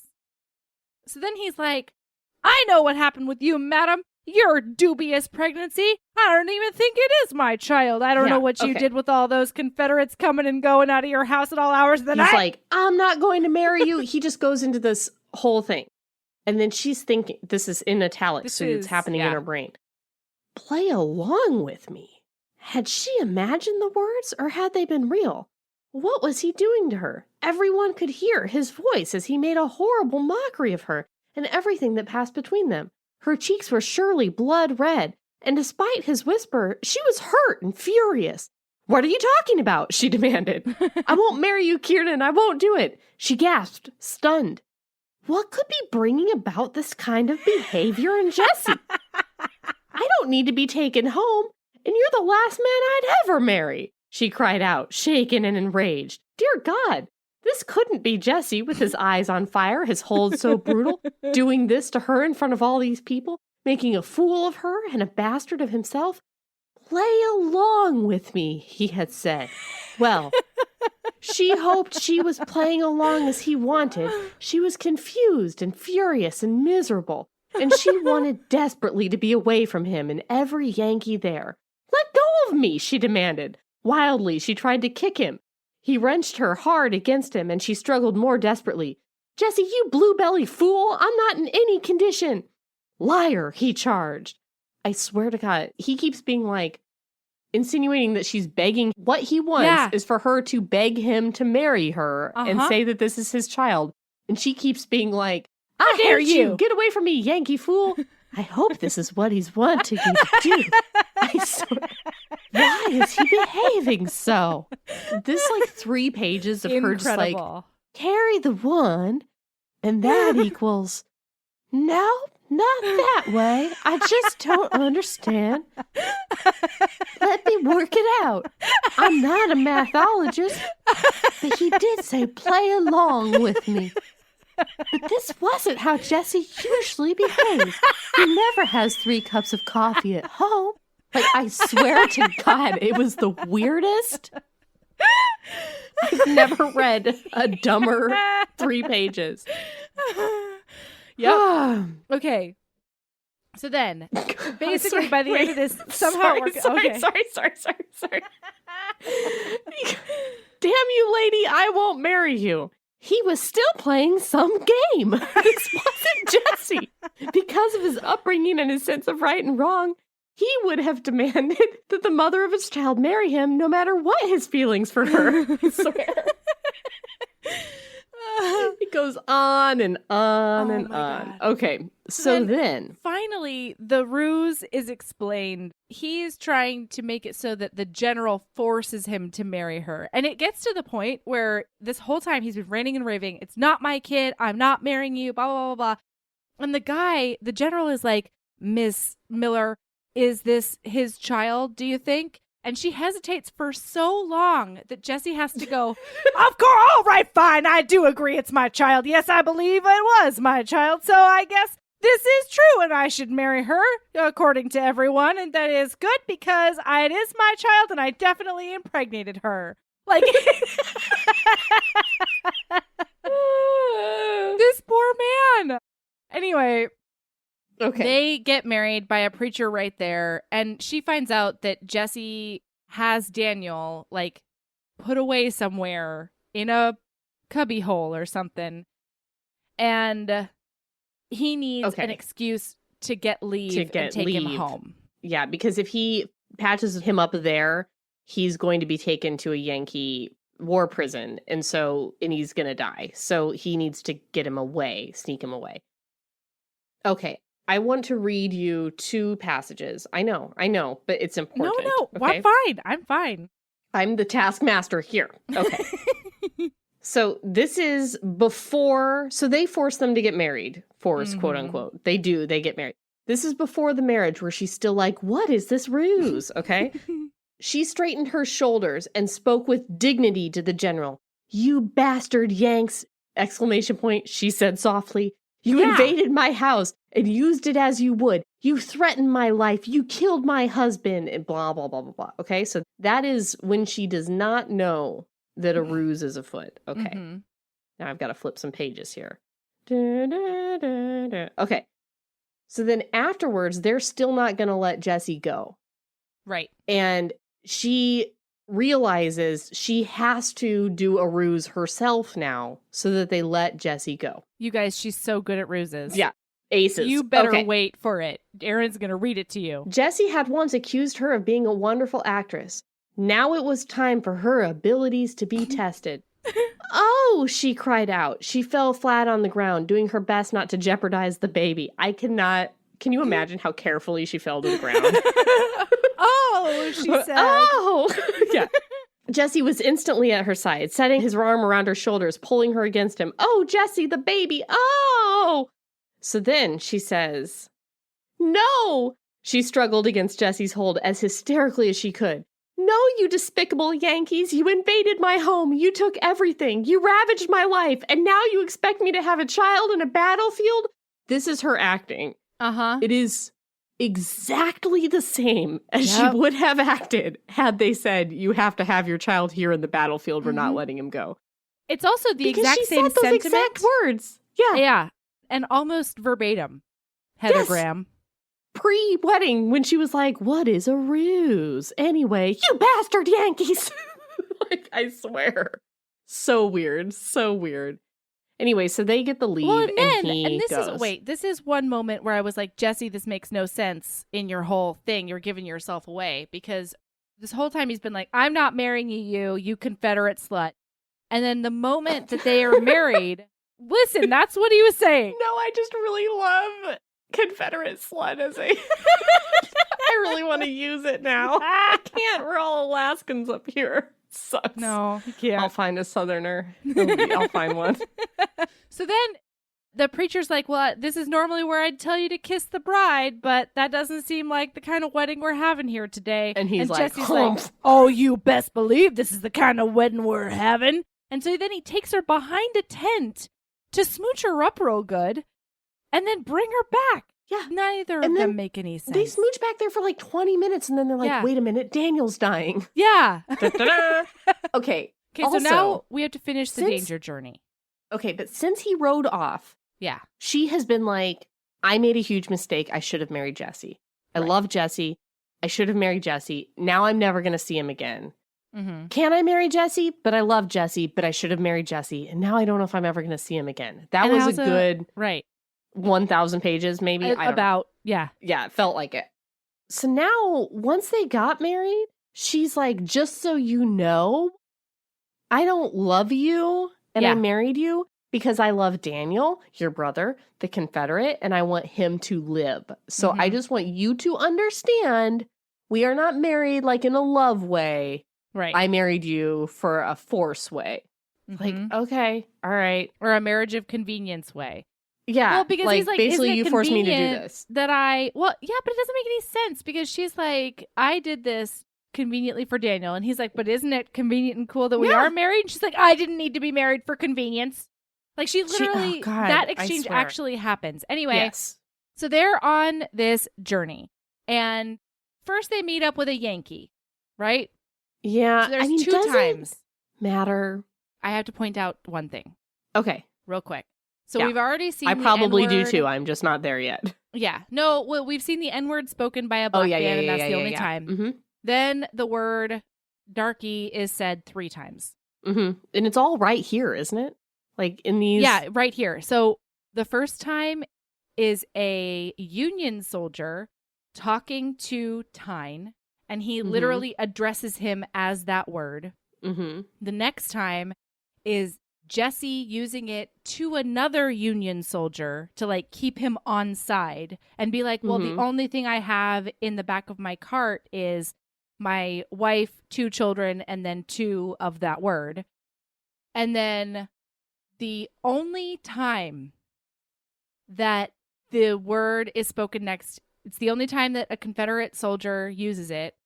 After they meet up with this Yankee situation, the next thing that happens is they have to fight off a bunch of rebel deserters. Yeah, there's just 2 skirmishes that they have. Yeah.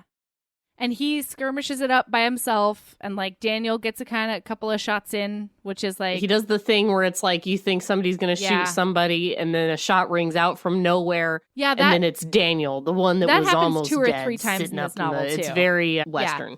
And then the third time that word is used, they meet up with a Confederate actually, cavalry battalion. And the Confederate also uses it in a descriptive way. All I see here is a yank, a this, a that, and a that.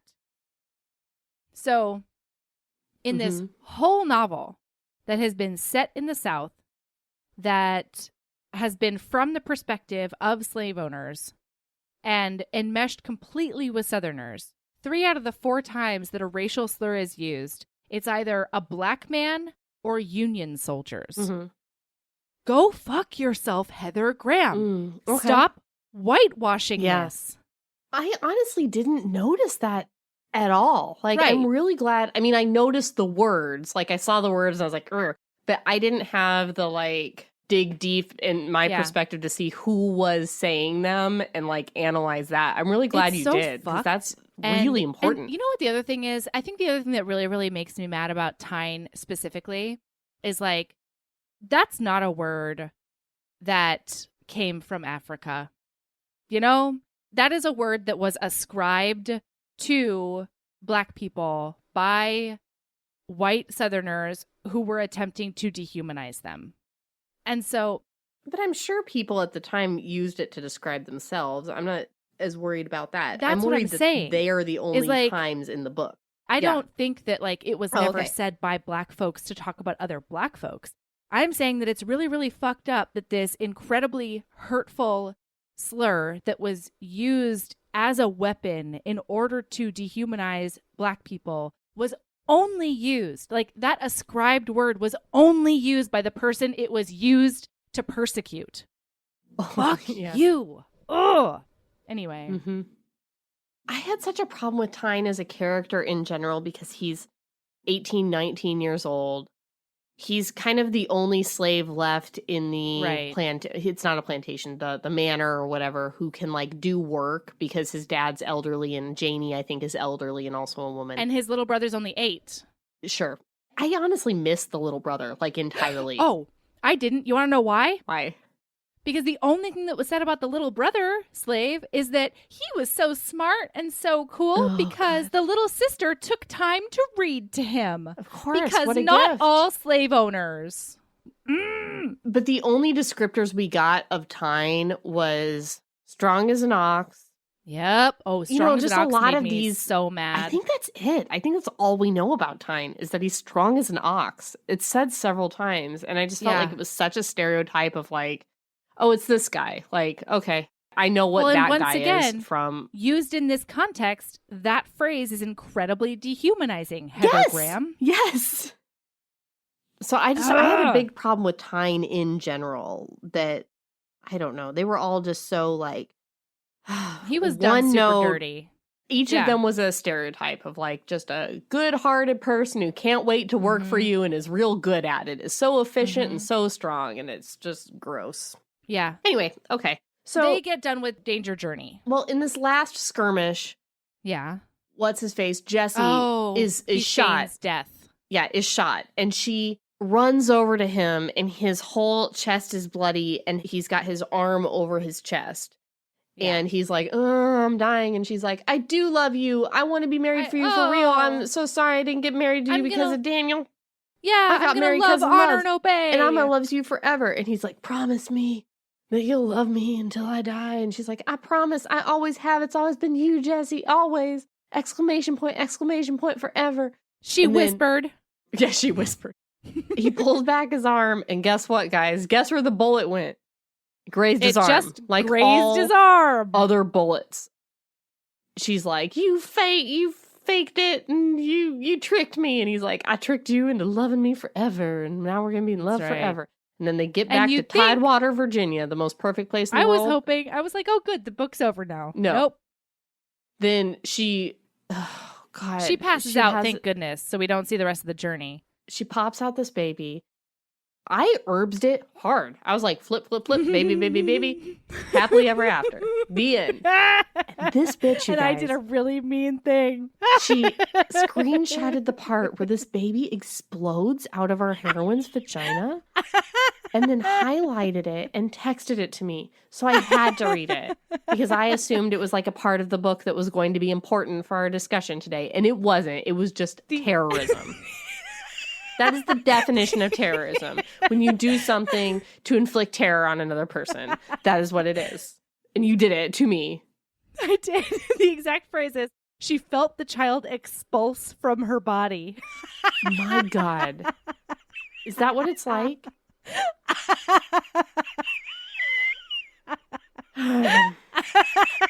Well, now we know. But I mean, probably by that time her womb was all stretched out from,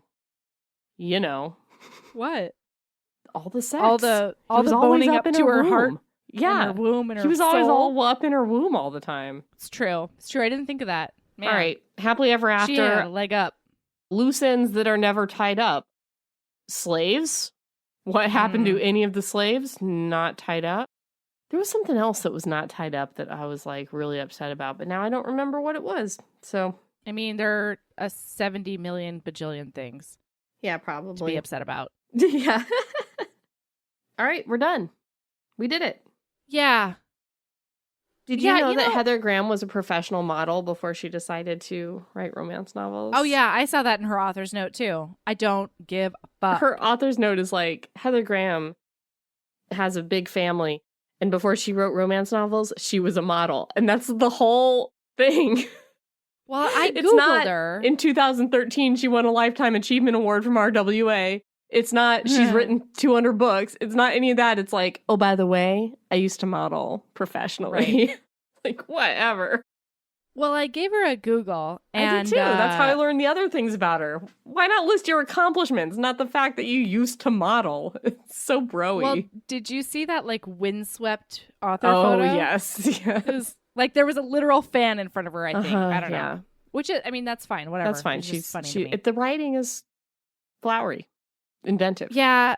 Descriptive. Okay, so I know that I we both cope with humor. So the reason that in the first episode I Googled 3 whole pages of ridiculous Southern phrases so that I could feel better about life in the world or whatever. Mm-hmm.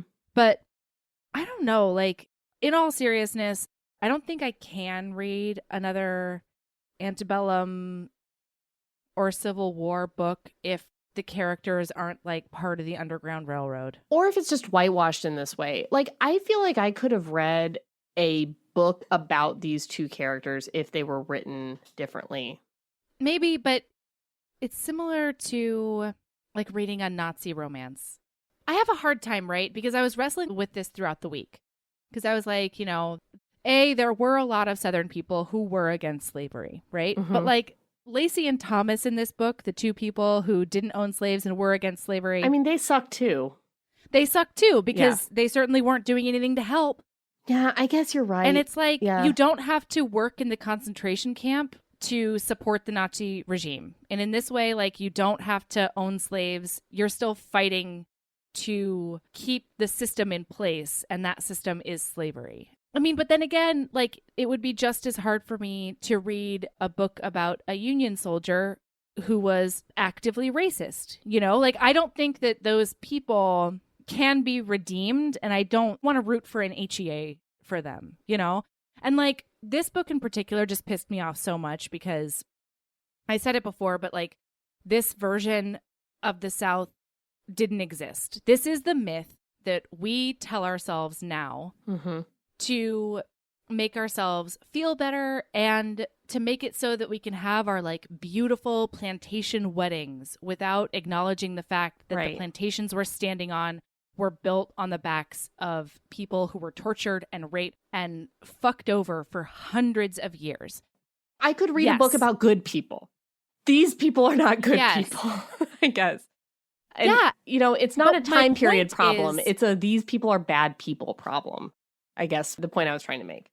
But I feel like it is more complicated than that because this book's whole argument, the whole thesis is not all slave owners. Oh, yeah. And my thing is, I don't think I can read a book about slave owners because the myth we tell ourselves 100% agree is that it's somewhere okay. Some slaves loved it, like all of that. But there is absolutely no historical evidence that any of that is true. That's just what we tell ourselves to make us feel better and to like be okay with keeping our Confederate monuments up and having our plantations be the site of these beautiful events and all of that nonsense. Yep. Yeah, I totally agree. At the beginning, I kind of thought, like in the last episode, I said after the prologue, I thought that maybe I could like her or like them. But that's because I thought that the prologue was like at the beginning of the book. And it turns out it's like 3/4 in. And I thought that prologue where she's like, oh, I'm friends with my slaves and I'm an idiot and a racist and a slave owner. Like I thought maybe it was going to be an arc. Like she's going to then open up her house to like be this hospital and figure out like humanity and that she was wrong and that you can't be fucking friends with your slaves. Because it's in the prologue, she says that thing about like, oh, I haven't figured out the technicality of like freeing all these people. Yeah. And I thought maybe in the book she would be like, oh my God, like what a terrible person I am. What a character arc I'm on. And of course I must free these people. And like, I was so wrong to reject Jesse because, you know, he's fighting for all these ideals. But then it turns out he's not fighting for all these ideals, and that scene actually happens like 3/4 in, and she has no character growth, and neither does he. And I don't know. That's what I think is the most infuriating thing to me about this book, because I just feel like I was sort of bait and switched. You know, like the fucking title makes me think that like whoever is wearing blue made a choice because of principles that I thought was going to be anti-slavery and goodness and kindness and and you think that the other one is going to like come around in some way, or maybe like the girl's a Confederate, but like secretly she's like a spy for the Union. She can't tell anybody that, including him, so like she can't marry him, or I don't know, something that is fucking different than this. Yeah, something different, fucking redeemable. If you can be redeemable after a lifetime of slavery built upon tons of generations of slave owning. You know what I mean? Like, I don't know what would have made these people redeemable. All I know is that this definitely fucking wasn't it. No. And it just... Well, there was no growth at all. No, I mean... And you know what?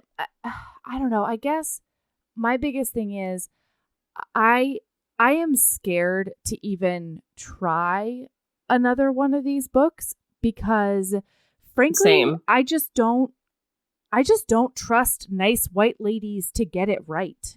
You know, like, I mean, quote unquote, like, oh, we just love it's just cultural, or, you know, this is just fuck you. I don't want, even though I feel like we read this book and we pretty much trashed this book all the way through, except for like a couple of bantery scenes that were okay to read. I don't want to read another one of these and like do a little Instagram post of like, this is the book we read, go buy it and stuff. You know, it's like, I think it's important that we know that these books are out there, because this book's still on the market. It's being sold. No one's knocking down the door for Heather Graham to like not have this book published anymore. Yeah, can I tell or you not how sell it. angry I am that I bought this fucking thing and it's too late me to too. return it? I gave her money for this book. I hate this. Yeah. And, so I think it is in some ways important to say, hey, this shit's still out there, you guys. But I also don't want our podcast elevating it anyway or conning people into reading it, because we publish the book list months before we read the in books. Advance. And then we don't, I can't read all the books before the booklet. Like, it's physically impossible for me to know. And then people go out and buy it because they want to listen to the podcast. And then it's fucking this. I know. It makes me really uncomfy and really feel really gross. I just feel really gross about this whole thing. Anyway. Yeah, I don't want to do any more of these either. I don't regret necessarily doing this one, though, because I do think it's important to talk about the fact that this stuff is still out there and people are still reading it. Well, and if you read it in 1991 and you liked it, maybe you forgot how bad, completely. Somebody recommended this. Right. Yeah. And I do think, as much as this turned my stomach the whole time to read, I do also think that it's important to talk about, when given the opportunity, considering the white nationalists that are just being so emboldened in the U.S. right now. And they've always been there, right? So I sort of want to use the phrase come out of the woodwork, because now it just seems like it's totally safe and acceptable to have these views, which it just kills me to my core. So I do think it's important to, when given the opportunity, not shy away from these sorts of discussions. I do wish that I had finished the whole book before we did the bulk of the first episode. Part 1? Yeah. Yeah, because there's 4 parts to this, you guys, and we only read part 1. I feel so dumb about that. Yeah, me too. We need to finish the book so we don't. Yeah, because we were both like, I hope this is an arc, and we were trying to be give this the benefit of the doubt, and it did not deserve it. Fuck. Anyway, talking about people coming out of the woodwork, it's also people not.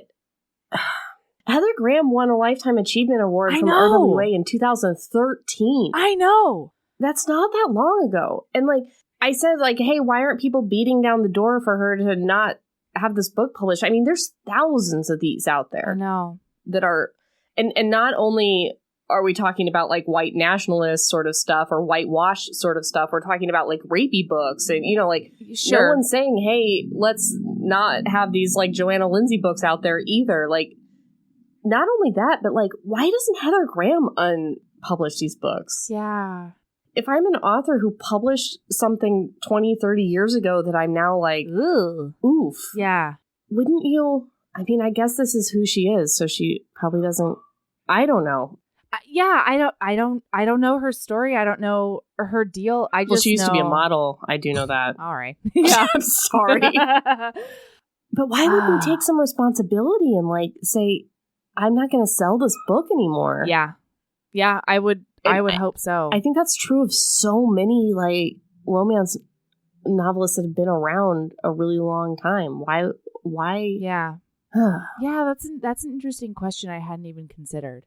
Yeah, well, I was thinking about it yesterday. Yeah. The one thing I will say is that if you were hoodwinked like us into buying this problematic book, we said in our first Instagram post, but Alyssa Cole has the Loyal League series. That's a Civil War times book that is centered around people of color, and it's completely gorgeous and thoughtful and wonderful, just like all of her work. This year, I mean, Beverly Jenkins has has a bunch of Civil War books and from all time periods and all of that. Mm-hmm. But in 2019, this year, she published Rebel. So that is definitely something that you were at KissCon, you got an arc of it signed by Beverly Jenkins. If you were not so hungover that you couldn't attend the final breakfast, you know who I'm talking to. There's 3 of you, HBs. And I'm talking directly to you. Yes. Didn't see you at the breakfast, ladies. Yeah. But yeah, it's a good book. I got an arc of it. Yeah. And if you need to bleach your brain, or you need to replace this content, or you just want to support own voices and good representation of this America Times, those are two authors you can check out right now. And I think that would be a good way to combat all the gross that came out of these past 2 episodes. Yeah, we tried to do our best with the coverage of this book. I know, and I just feel so wanting. Well, I mean, yeah. Yeah. It sucks because we can't, this is getting long, probably. I know. But we can't screen them out ahead of time. Like, I don't know what to do. Like, we're not going to find out until like halfway through the week. And then we don't have an episode or we don't read the book. Like, I don't know what the solution is, guys. If you're listening to this and you're like, the solution is super fucking clear to me and this is what they need to do, let us know. Like, I just don't. We're at a loss. But also, it's like, I mean, then do we try to contact the person that gave the 5-star review and say, can you offer something else? Like, if they didn't email us or whatever, we don't know how to contact them. Who you are. And also, like, some people are giving us 5-star reviews and giving us books that they know we're gonna shit all over. Yeah. Like, ha ha ha, check out this classic one where, like, which is also fine. This just crossed a line for me that was harder. This was just, I think it might just be too, I mean, it's not as if rape culture is gone, right? But I don't know. I think it's just worse because of all the terrible that is currently happening and all the David Dukes that are getting basically endorsed by our president. And like, I just, it's just too much. It's too much. Yeah. Agree. This has been a laugh riot here at the end of the podcast. Hope you guys are having fun out there. Oh, man. All right, Erin. We need lady loves. I have a weird one. Are you ready? Yeah, I love your It's a weird show. I love it so much. Deep in my heart. It is an HBO show entitled Los Espookies. And it is my very favorite thing. And it has been my favorite thing for a long time. And I kept being like, no, this isn't the episode to say Los Espookies because it's like, you know, the Civil War episode or whatever. But I just, you guys, this show, it's all in Spanish. It is about, it is like, it's indescribable. It's so super duper weird. It's about a group of friends who are in a club they like to create spooky things. Okay. And they get hired by people to create various spooks. Like sea monsters and aliens. Aliens club. But no, like get together the 4 of them are friends in a club. Okay. And like one of them is the heir to like a chocolate fortune. And they're trying to marry him to the heir to like a cookie fortune. Oh no. But he's like the heir apparent. He's like adopted by this family and he has like a very dark history of like a nunnery left him on the like steps of it. Like it's just really super weird. It's really, really funny. And there are like these notes of like magic in it that are not, I don't even know how to say it. Like that character just happens to have an amulet that when he looks at it, he can see where his boyfriend Juan Carlos is and what he's doing. And that amulet is never explained. He just pulls it out every once in a while. He's like, oh, what is Juan Carlos doing? He's sitting by the pool and like puts it back in his pocket and like appears to him. And he has like a demon living inside of him, a water demon that lives inside of him and has a secret she needs to reveal to him, but only if he shows her the king's speech. But he can't get the king's speech because he's in the wrong region to get it streaming. So like he's on this quest to get like Los Discursos del Rey like streaming. It's the weirdest, and that's just his narrative. There's another one that's selling Herbalife that's like being hunted by the CEO of Herbalife. It's so funny. It's even more funny if you're Spanish speaking. But it's a subtitled show. So this is in Spanish. Yes. Okay. And Fred Armisen is in it. He plays an uncle that is like a valet parking attendant in Los Angeles, and he's the best valet parking. He can park any car in any spot. Like, if the spot is the size of a postage stamp, he can park that car. And he's, like, very, very proud. Incredible. Of his talents. Nice work. Yeah. It's very weird. You'll love it. I promise. Yay. Mine is actually sort of two things. We just watched all of The Boys on Prime, and like it's dark. It's based on the comic, and it's all about superheroes, like in a world where superheroes aren't necessarily good. They're just powered. So that's really, really good. And then I'm linking these two together because if you like the main kid on The Boys, then you should check out Plus One. Plus One is a rom-com that is currently on Hulu. It's so good. Jack Quaid is in it. He's the kid from The Boys. And then Maya, I think it's Erskine. I don't know. Erskine, Erskine. And she was on the Hulu show Casual. She's super good. And it's all about these two people who decide to attend every wedding they have that summer together, just so like they don't have to do the horrible wedding slog alone as like single and heartbroken. It's wonderful. It starts off as like sort of a two miserable people / enemies to lovers kind of situation. And then all of a sudden it just gets amazing. So that's really good. And yeah, so both of those are most excellent. Sounds great. Yeah, you should definitely check those out. Oh, also, Erin? Yes? I don't know if I texted you this. Probably not. Jupiter Ascending has showed up on Netflix. Oh, yes, you did. Hey, listen. Shout out. Anna S. Loves Jupiter Ascending. And we were all sitting together. I don't think we were shitting on Jupiter Ascending, but I think I went off on a, like, this movie is bonkers ball to the wall, like, bananas count. It is, like, the plot makes zero sense whatsoever. And there's yet a it part, makes so much sense. There's a part where she controls bees for no reason. I just went off on this like whole thing of like, what is this movie? And then Anna S., who is the quietest, she was very just like kind of there for the ride at KissCon, like very quiet. At the beginning, she loosened up at the end. But at the beginning, she had not said a word to me. And then she was just quietly like, I love Jupiter Ascending.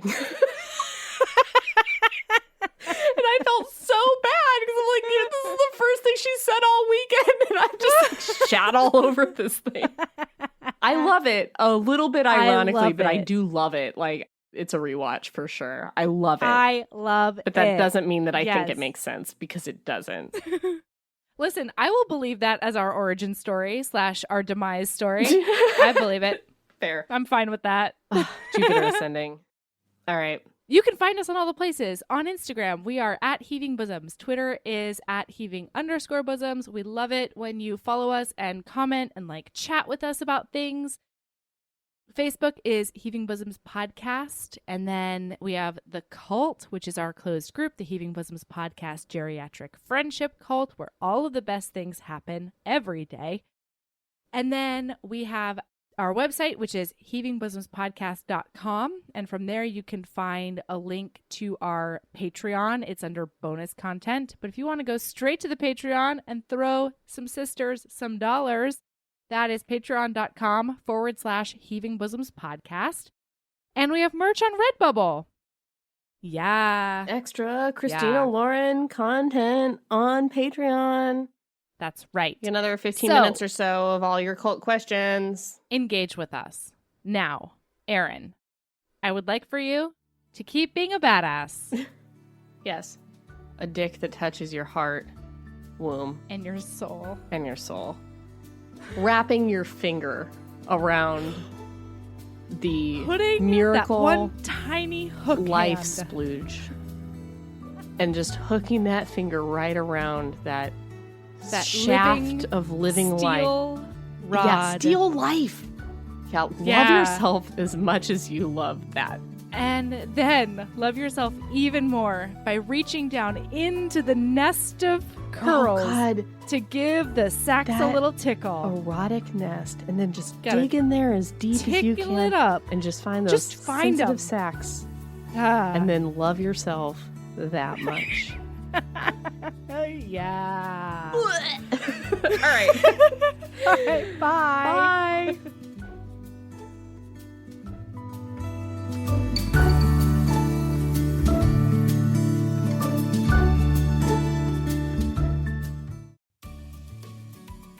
Hey, you.